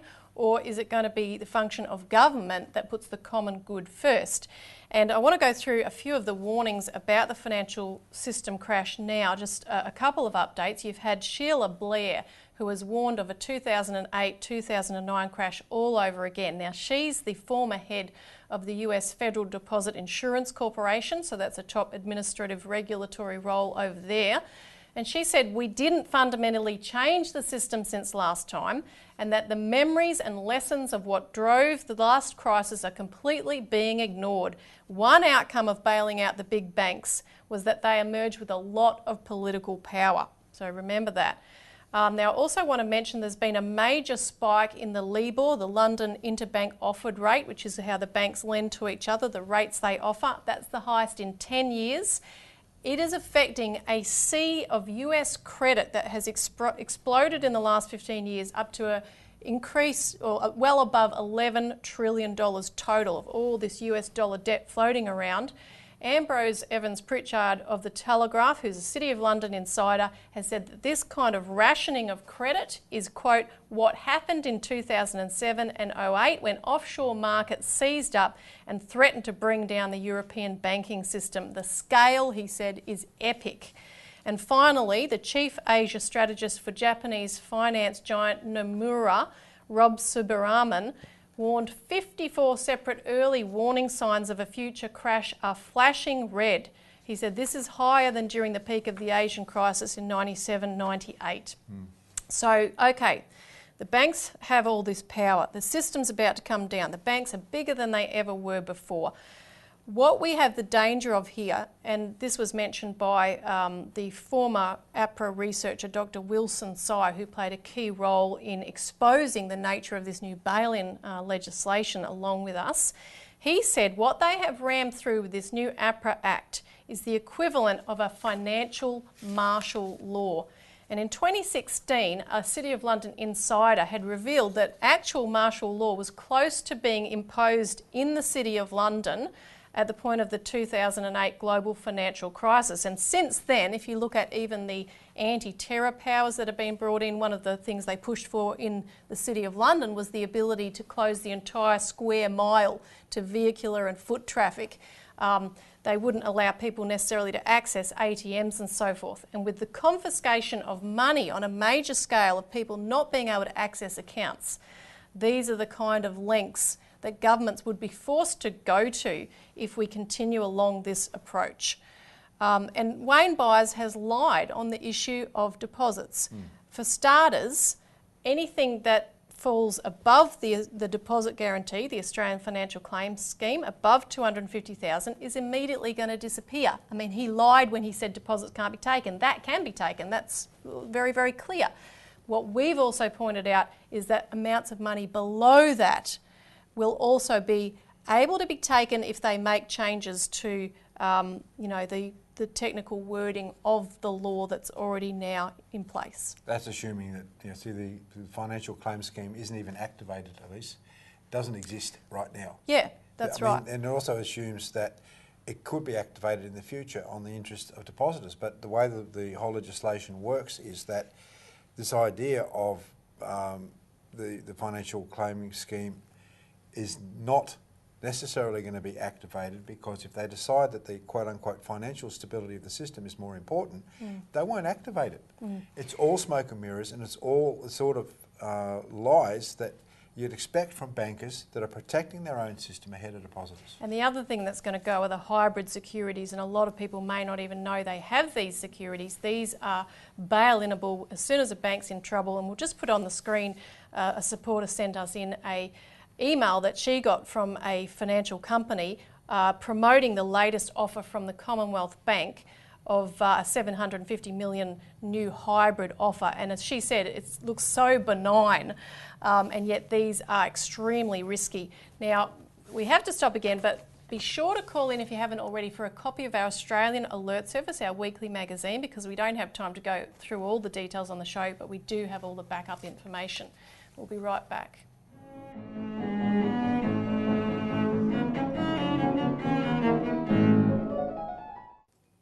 Welcome back to the CEC Report. As Australia takes the TPP poison, Trump smashes the free trade consensus. So we're just going to briefly talk about the fact that Trump has put tariffs on steel and, the Australian reaction to that. Australia has, of course, called for an exemption on this, and we don't know 100% whether that'll be approved or not, but one of the things we threw up was that we needed on national security grounds. This is basically bringing up the whole argument about Australia and the US being allies in the process of containing China. And what we saw in Malcolm Turnbull's recent trip to the US was all about that, because he promoted public-private partnerships, the whole private approach that you were alluding to before, Craig, about who controls the system.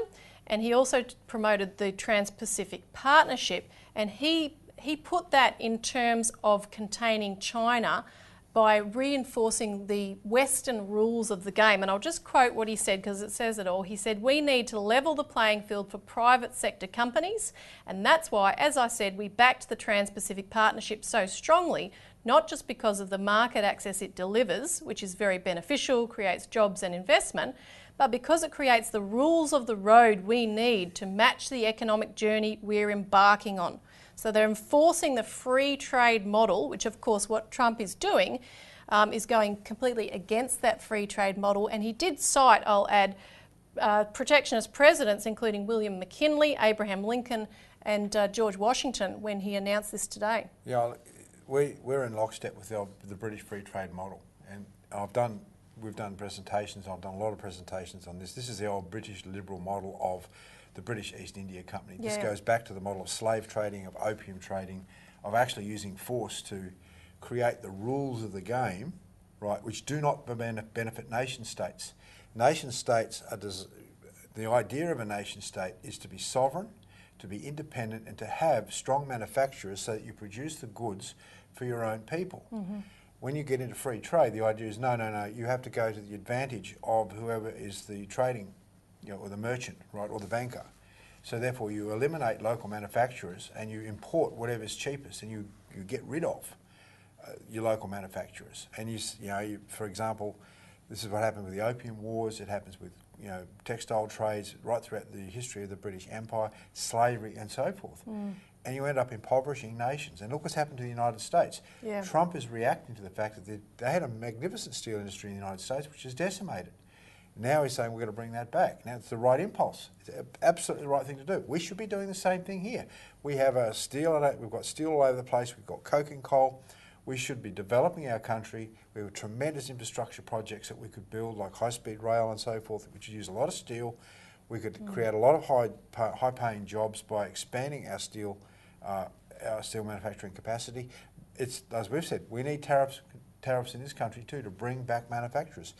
But that flies in the face of the free trade doctrine, which Trump is really smashing at this particular time. It's going to be interesting to see which way it goes. China's challenging it as well. There was an interesting article in the New York Times magazine which pointed out that Britain was protectionist at first to build itself up, but then it kicked away the ladder once it built itself up. And even a Bloomberg economist said, the more I apply my rules of economics to China, the more they seem to go awry. So Australia should be paying a lot more attention to what they're doing. They're actually following the old American Hamiltonian model, schooled after Alexander Hamilton, George Washington's Treasury Secretary. So people can find out more about that. Call us. We write a lot about this. We've got a lot of historical research contrasting the British and the American systems of economics. And people should find out more and go to their MPs and say, this is the approach. Definitely. So thanks for tuning in. Thanks, Craig. Thanks, Lisa. And join us again for the CEC Report next week.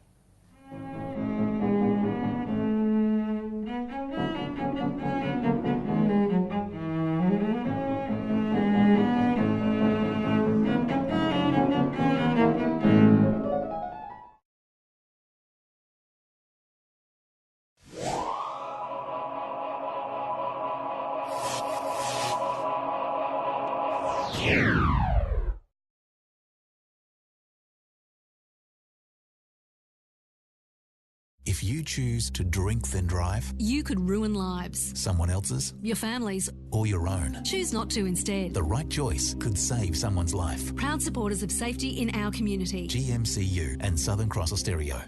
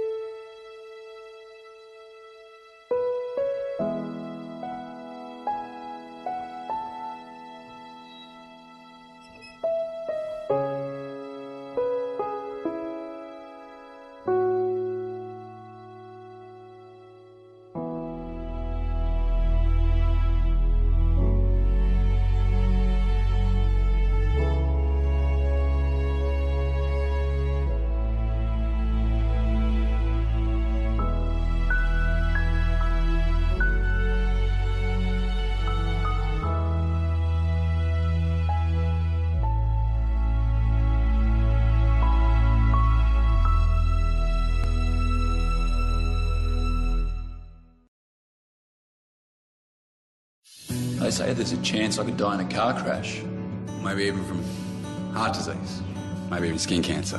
I could die in a work-related accident, or I could die in a fight. The fact is, the biggest cause of death for men in my age group is suicide.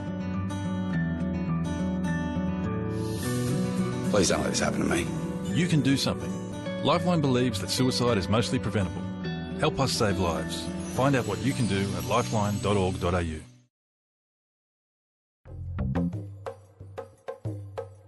MELfeed Video is about to close operations for tonight, but we'll be back with you next Wednesday evening. In the meantime, here is a selection of programs that will be seen on our next scheduled web stream. You are welcome to visit our website at MELfeed.video for further details of this project. Until next time, from all of us at MELfeed Video, we wish you a very good night.